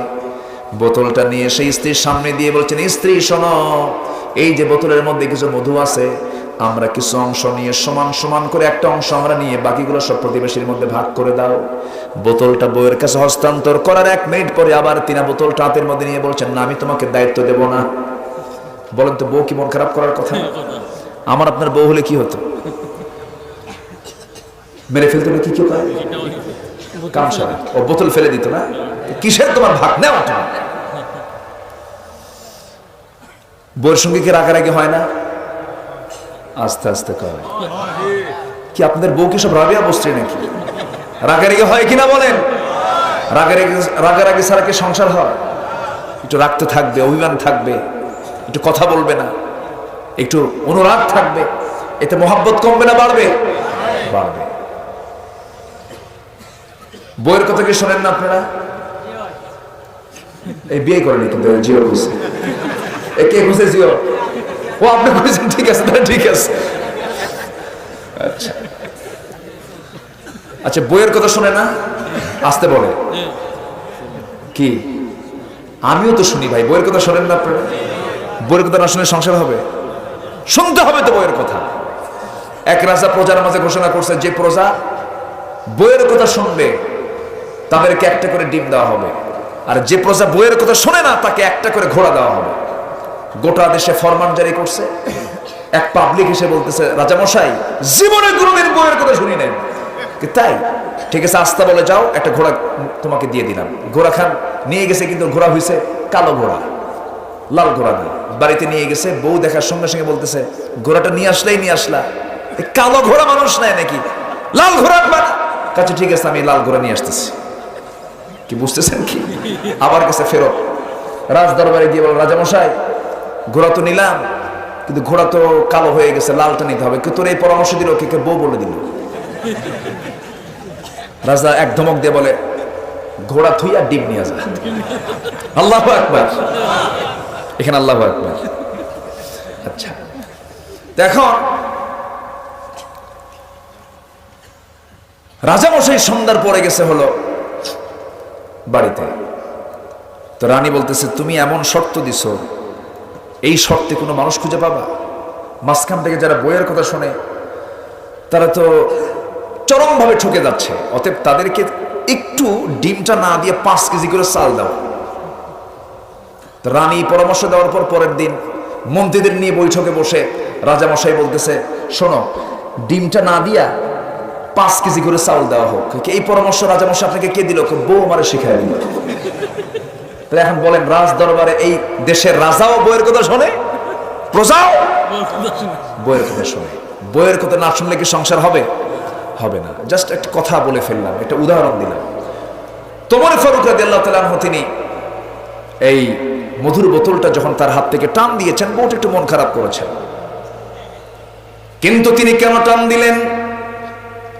আমানতদারিতা কেমন দেখেন। ওমর ফারুক রাদিয়াল্লাহু তাআলা আনহু সেই বোতলটা নিজেও ভাগ করলেন না, প্রতিবেশীর কাছে আরেকজনের কাছে গিয়ে বললেন, শোনো, এর মধ্যে যে পরিমাণ মধু আছে, আমরা যে কজন প্রতিবেশী আছি সমান করে সমানভাবে ভাগ করে আমাকে আমার অংশটা তুমি দিয়ে যাবা। সেই সমান মধুটা তিনি হাতের মধ্যে নিয়ে, তার অংশের মধুটা তিনি হাতের মধ্যে নিয়ে স্ত্রীর সামনে গিয়ে মুচকি হাসি মেরে বলছেন, স্ত্রী রাগ করো না, এই যে মধু আমাদের অংশের, তুমি এই মধুটা তুমি নিয়ে নাও। এবার বউ বলছে, এই ভাগ কি আমি করতে পারতাম না আমিরুল মুমিনিন, আপনি আমাকে মাইন্ড করলেন কেন? তিনি বলছেন, শোনো, আল্লাহর কসম করে বলি, আমি তোমাকে বিশ্বাস করি, তুমি আমার সন্তানদের মা, আমি তোমাকে সম্মান করি, তুমি আমার বাচ্চাদের মা, তুমি আমার স্ত্রী, তুমি আমার ইমানের পাহারাদার। আমি তোমাকে অবশ্যই ভালোবাসি, মহব্বত করি, কোনো সন্দেহ নাই, কিন্তু আমি তোমাকে ভাগ করার দায়িত্ব এই জন্য দেই নাই, কারণ মধু হলো লিকুইড জিনিস, তরল জিনিস। ভাগ করতে গেলে তোমার হাতের মধ্যে কিছু মধু লেগে যাবে, 2 ফোঁটা হোক 3 ফোঁটা হোক, এই মধুটা তো অন্তত আমাদের ভাগে বেশি চলে আসবে।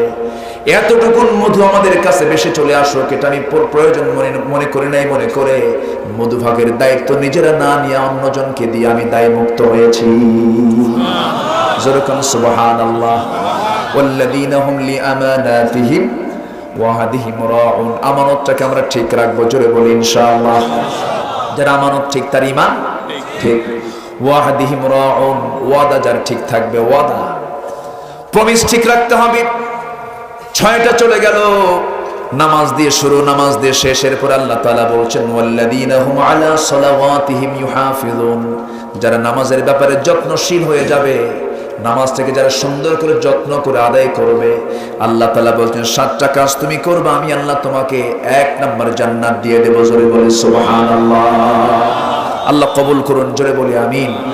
আরো জোরে আমিন, আরো জোরে আমিন। অনেক সময় নিয়ে ফেলেছে আপনাদের, আর সময়টা ক্ষেপণ না করি, যা হয়েছে আমরা বলে ফেলি আলহামদুলিল্লাহ। জোরে বলি আলহামদুলিল্লাহ। এই মাহফিল আমাকে আসার জন্য, এই মিজান আমাকে আজ থেকে আরো কত 5-6 বছর আগে উনি আমাকে বলেছিলেন, আমি নিতে পারিনি, আসতে পারিনি। আমি যে এসেছি, আপনারা কি বেজার হয়েছেন? খুশি হয়েছেন তো? আল্লাহ যেন খুশি হন, জোরে বলি আল্লাহুম্মা আমিন। মাননীয় চেয়ারম্যান মহোদয়কে ধন্যবাদ, তিনি আজকের মাহফিলে এসে মাহফিলটাকে সুন্দর, মাহফিলের সৌন্দর্য বৃদ্ধি করেছেন, আলহামদুলিল্লাহ। সকল অতিথিকে ধন্যবাদ, এই মাহফিলে আপনাদের সুন্দর সমর্থন দিয়ে মাহফিলকে সুন্দর ডেকোরেট করে দিয়েছেন। আল্লাহ তুমি মাহফিলকে কবুল করো, অতিথিকে কবুল করো, সকল শ্রোতাকে তুমি আল্লাহ কবুল করো, মা বোনদেরকে তুমি আল্লাহ কবুল করো। মায়েরা কি মাহফিল আসছে? ও আচ্ছা, আলহামদুলিল্লাহ। মাদের জন্য এরপরেও রাতেও এক্সট্রা করে প্যান্ডেল রাখবেন। হ্যাঁ, আচ্ছা, প্যান্ডেল ভর্তি ছিল দিনের বেলা। জি, রাত্রেও যে আলোচনাগুলো হয়, এগুলো কি মেয়েদের জন্য শোনা দরকার আছে না? আছে। একটা জায়গায় আপনারা সুন্দর করে নির্দিষ্ট একটা জায়গা করবেন, সেখানে সুন্দর মাইক রাখবেন, বাস তারা শুনলো, তারাও দিনটা বুঝলো। মায়ের দিন বোঝা দরকার, আগে না পরে। কি বলেন? সন্তান তো পেটে, মা কি আগে না? মার বুঝতে হবে দিন, মাকে দিন বুঝতে হবে। দিন বোঝার একটা পরিবেশ মাদের জন্য তৈরি করা দরকার। আল্লাহ তুমি সবাইকে দিন বোঝার তৌফিক দিয়ে দাও। জি, ও আচ্ছা, জি জি, হ্যাঁ হ্যাঁ, আচ্ছা জি। আমাদের চেয়ারম্যান মহোদয় আসছেন, জাস্ট ওনার সৌজন্য সালামের পর আমরা একটু কথার পরে আমরা সবাই বসবো না ইনশাআল্লাহ? শেষ হবে কি দিয়া বলেন তো? দোয়া দিয়ে সবাই বসবে, আমরা দোয়ার মধ্য দিয়ে শেষ করবো ইনশাআল্লাহ। বসুন। আলহামদুলিল্লাহ, আমরা আজকে আমাদের যুবকদের পক্ষ থেকে আয়োজন করে যাচ্ছেন। আজকে আমরা অত্যন্ত ভাগ্যবান, আমাদের মধ্যে অনেক দূর থেকে আমাদের অতিথিরা এখানে এসেছেন, আমাদেরকে এখানে সুন্দর ওয়াজ আমাদেরকে সামনে রেখে করেছেন, যেটা আমাদের এখানে কর্তব্য যে আজকে এই যে কষ্ট করে ঠান্ডার মধ্যে আমরা এত সময় বসে আছি এবং এই ওয়াজ মসজিদ শুনতেছি, সেটাকে যদি আমরা একটু পরিমাণ আমল করি, তাহলে আজকে এই যারা এত কষ্ট করে এই আয়োজন করেছেন এবং আমাদের আলিম উলামারা যারা দূর দূর থেকে এসেছেন, সেটা আল্লাহ পাক রব্বুল আলামিনের কাছে কবুল হবে। এবং আমরা মনে করবো যে আয়োজন যারা করেছেন তাতে এটা আমাদের জন্য দৈন্য হয়েছে। আমি আশা করব এই লামাদার করা এই ওয়াজ মাহফিল আগামীতে আরো সুন্দর হবে এবং আমরা সবাই সহযোগিতা করবো এবং আমাদের মধ্যে এই ধরনের বিজ্ঞ আলিম উলামারা দেশে আমাদেরকে আরো আমাদের এই আয়োজনকে পাল্পত করবেন, আমাদেরকে যে ওয়াজ করে নসিহত দেবেন, সেই নসিহত আমরা পালন করব। আমি আমার সময় থেকে আমি আয়োজক কমিটিকে আমার পক্ষ থেকে, আমার গ্রামবাসীর পক্ষ থেকে আন্তরিক ধন্যবাদ কৃতজ্ঞতা জানাচ্ছি। বিশেষ করে আমাদের মধ্যে যে অতিথিরা এসেছে তাদের কাছে অত্যন্ত আমরা কৃতজ্ঞ যে এখানে কষ্ট করে এই শীতের রাতে এসে আমাদেরকে একটু ইলিম দেওয়ার চেষ্টা করেছেন। আমরা সবাই আশা করবো যে এই আজকে এই ওয়াজ থেকে আমরা যা শিক্ষা নিয়েছি তার উপরে আমরা قل إن كان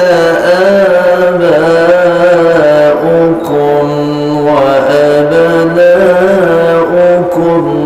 وإخوانكم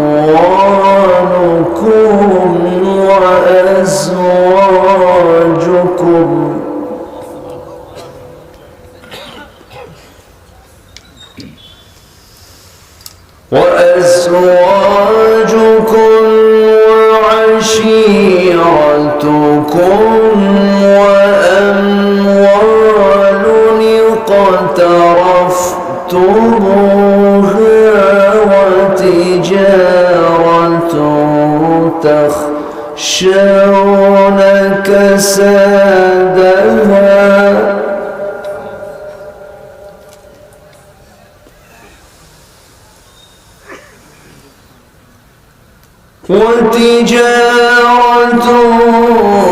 تخشون كسادها ومساكن ترضونها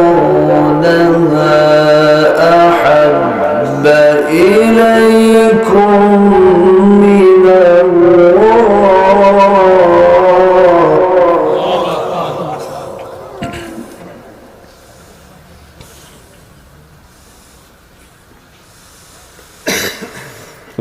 ومساكن ترضونها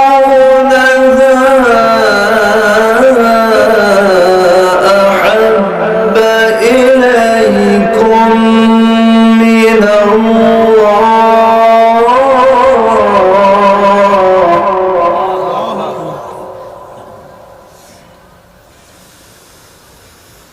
أحب إليكم من الله ورسوله وجهاد في سبيله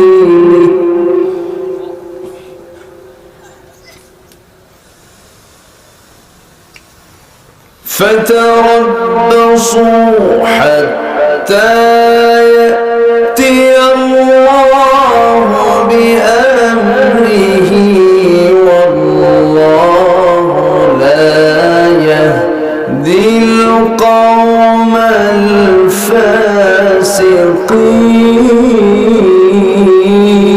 الفاسقين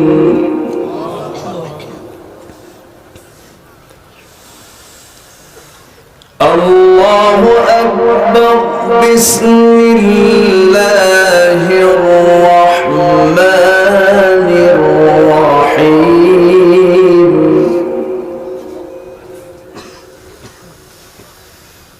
إن الله وملائكته يصلون على النبي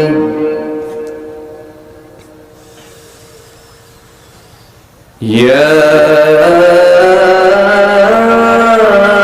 أيها الذين آمنوا صلوا عليه وسلموا تسليما اللهم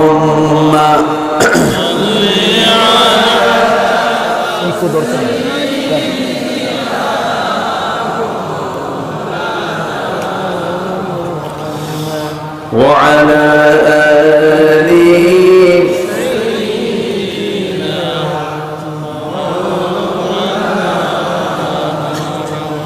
একটু মহব্বত দিয়ে নবীর প্রেমে মাতোয়ারা হয়ে জবান খুলে উচ্চ আওয়াজে জোরালো কণ্ঠে সবাই বলুন আল্লাহুম্মা সাল্লি আলা সাইয়্যিদিনা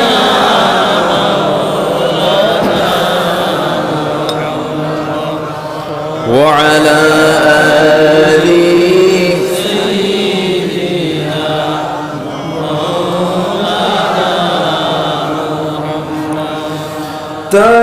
ফের কথা ভেবে কাঁদে শুধু দুনয়ন, এমন দরদি পেতে কাঁদে মনক্ষণ, কাঁদে মনক্ষণ। ওহুদ দাঁত হারা আহমদ যখন লৌহ মাখা কিয়ামতে উঠবে তখন, জিহাদ না করে কিভাবে দেখাবে তুমি চাঁদ চেহারা রূপে অতুল। আল্লাহুম্মা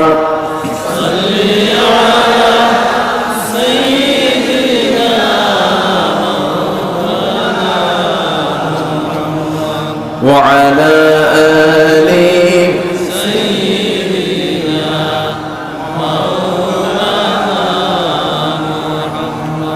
সবাই বলুন বালাগাল উলা বিকামালিহি কাশাফাত তুজা বিজামালিহি حسنت جميع خصاله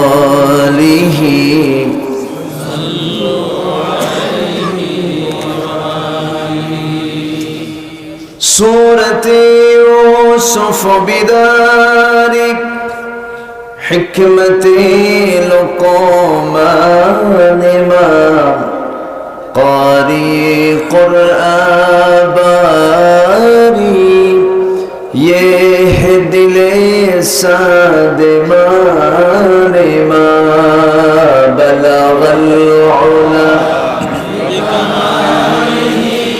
كشف الدجى بجماله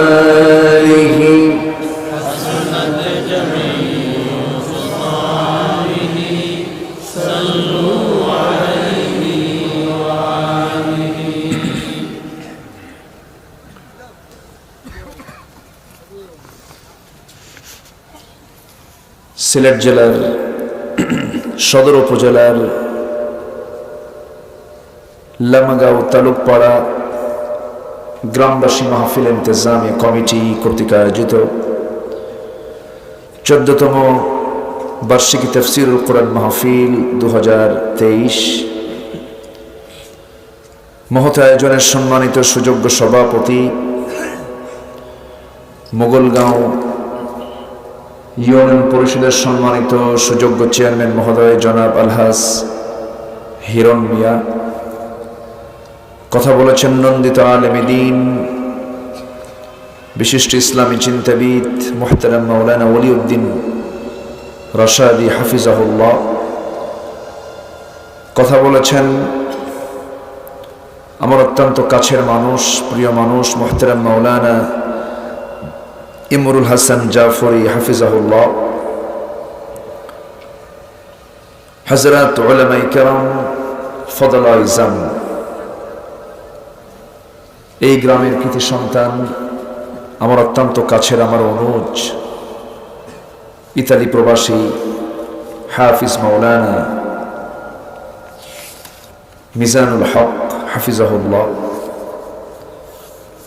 সামনে উপস্থিত দূরে ও কাছের বিভিন্ন স্থান থেকে ছুটে আসা কালেমার ঝান্ডাবাহী তাওহীদের পতাকাবাহী দ্বীন ইসলামের নর শারদুল বীর মুজাহিদ প্রাণ প্রিয় সম্মানিত দ্বীনি ভাইরা, আড়ালে বসে আছেন শ্রদ্ধেয়া সম্মানিতা মা বোনেরা, আলোচনার সূচনায় আনুষ্ঠানিকতার মধ্য দিয়ে আমার পক্ষ থেকে আবারও দিল খোলা সালাম, আসসালামু আলাইকুম ওয়া রাহমাতুল্লাহি ওয়া বারাকাতুহু। সবাই কেমন আছেন? আপনারা সকল ভালো নেই? আমি ভালো আলহামদুলিল্লাহ। একটু চেষ্টা করি আপনাদের মতো কথা বলতে, কিন্তু পারি না, তবে গালি দিলে টের পাই। সারাদিনের সকল কাজকর্মের ইতি টেনে ক্লান্ত শ্রান্ত দেহ স্বস্তি দেওয়ার জন্য আল্লাহ তাআলা রাতকে দিয়েছেন, ওয়াজআলনা আল-লাইলা লিবাসা, আরামের জন্য করে দিয়েছেন। বিশেষ করে শীতের আরামের লেপের নিচের যে ঘুম অত্যন্ত আরামদায়ক, সেটাকে আমরা মাহফিলের জন্য মাইনাস করে আমরা কোরআন শোনার মানসিকতা নিয়ে ঠান্ডা মাটিতে বসে আছি। যিনি আমাকে আপনাকে আসার বসার তৌফিক দিলেন, এমন রহমতি বরকতি জালসায় আসার সুযোগ করে দিলেন, শুকর আদায় করছি, মুহাব্বাতান বলে উঠছি আলহামদুলিল্লাহ। সবাই বলছে আল্লাহুম্মা ইন্নী আসআলুকা আল হুদা ওয়াত তুকা ওয়াল আফাফা ওয়াল গিনা। সবাই বলি আল্লাহুম্মা লাকা আসলামতু ওয়া বিকা আমানতু ওয়া আলাইকা তাওয়াক্কালতু ওয়া ইলাইকা আনাবতু ওয়া বিকা খাসামতু। আমরা আল্লাহ তাআলার শুকর আদায় করে নিলাম। উঠতে একটু দেরি হলো, আমার টাইম দেওয়া হয়েছিল এখানে রাত 10টা, না? সেখানে একটু টাইমটা ক্রস হয়ে গেল। পৃথিবীতে সবচেয়ে মূল্যবান জিনিস হলো সময়, দ্য টাইম। এবং এই সময়কে আল্লাহ তাআলা মূল্য দেওয়ার জন্য একটা সূরার নামও দিয়েছেন টাইম, ওয়াল আসর, সময়, সময়ের কসম। সময়টাকে আমরা যদি মূল্য দিতে পারি, ইমানদারের সবচেয়ে গুরুত্বপূর্ণ দিক হলো সময় অনুযায়ী কাজ করা। নামাজ সময়কে যত্ন করা শেখায়। নামাজ আল্লাহ তাআলা অসময় পছন্দ করে না, সময় পছন্দ করে। এবং নামাজের পাশাপাশি সকল কাজও হওয়া উচিত অসময় না সময়? সময়। কেন দিছেন আল্লাহ তাআলা সময়? আল্লাহ রাব্বুল আলামিন বলেন, হুয়াল্লাযী খালাকাল মাউতা ওয়াল হায়াতা লিয়াবলুয়াকুম আইয়ুকুম আহসানু আমালান ওয়া হুয়াল আজিজুল গফুর। তিনি সেই মহান সত্তা যিনি মৃত্যু জীবন সৃষ্টি করেছেন যেন তিনি বুঝে নিতে পারেন এই সময়ের ভিতরে তোমরা কোন কোন বান্দাগুলো ভালো ভালো কাজগুলো করতে পারো। এই জন্য আমরা সময়কে মূল্য দেব সবচেয়ে কম না সবচেয়ে বেশি? সময় নষ্ট করা বড় অন্যায়, এটা সময়কে নষ্ট করা যাবে না। প্রত্যেকটা সেকেন্ডকে আমরা কাজে লাগাবো। বান্দার ঘুমটা ইবাদত হয়ে যাবে, কিন্তু সেটা হওয়া উচিত অসময় না সময়। কিন্তু বান্দা তো রাতের বেলা ঘুমায় না, বান্দা খেলা দেখে। গত 1-1.5 মাস শুধু খেলাই চললো। সারা রাত ধরে খেলা দেখলো, 12টায় একবার, 2:30টায় একবার, 90 মিনিটও গোল হয় না, আরো 30 মিনিট বৃদ্ধি করে দেখলো। সারা রাত খেলা দেখে ফজরের সময় নামাজটা চলে গেল। ওরা খেললো, ওরাই জিতলো, ওরাই কাপ নিয়ে গেল, মাঝখান দিয়ে মুসলমানদের ইমানটা গেল। সময় নষ্ট করা যাবে না। আমরা এখানে যারা বসে আছি ইমানদার, সবাই আমরা বলি আমরা ইমানদার, আমাদের তো ইমান আছে, আমরা মুমিন। আমি এখানে সেই হঠাৎ করে পোস্টার দেখে মনে হয়েছে আমাকে সাবজেক্ট দেওয়া হয়েছে মুমিন, সূরা মুমিন থেকে কিছু কথা বলার জন্য। তেলাওয়াত করছি সূরা তওবা থেকে। আমি পোস্টার দেখিনি, সমস্যা নাই, দুটোকে এক জায়গায় করে কথা বলবো। জোরে বলি ইনশাআল্লাহ। আমার ভাইয়েরা, এখানে যারা বসে আছি আমরা একজন না বহুজন? একজন না বহুজন? একজনকে বলে মুমিন, বহুজনকে বলে মুমিনুন। আজকে সূরার নামটা হলো মুমিনুন, বহু মুমিন, মুমিনরা। মুমিনকে চেনার জন্য আল্লাহ তাআলা সূরা মুমিনুন দিয়েছেন, কাফিরকে চেনার জন্য কাফিরুন দিয়েছেন, মুনাফিককে চেনার জন্য মুনাফিকুন দিয়েছেন। সূরা 3টা আছে না নাই বলেন? আমরা কাফিরুন পড়ব কাফিরকে চেনার জন্য, মুনাফিকুন পড়ব মুনাফিককে চেনার জন্য। সূরা মুমিনুনটা পড়ব মুমিনকে চেনার জন্য, আমল করব কাফেরের, মুনাফিকের না মুমিনের? কার আমল করব? দুই ধরনের জ্ঞান আনার দরকার আছে না নাই? কাফের কারা, মুনাফিক কারা, আবার ইমানদার কারা? আজকে আমাকে শুধু চিনতে বলা হয়েছে মুমিন কারা।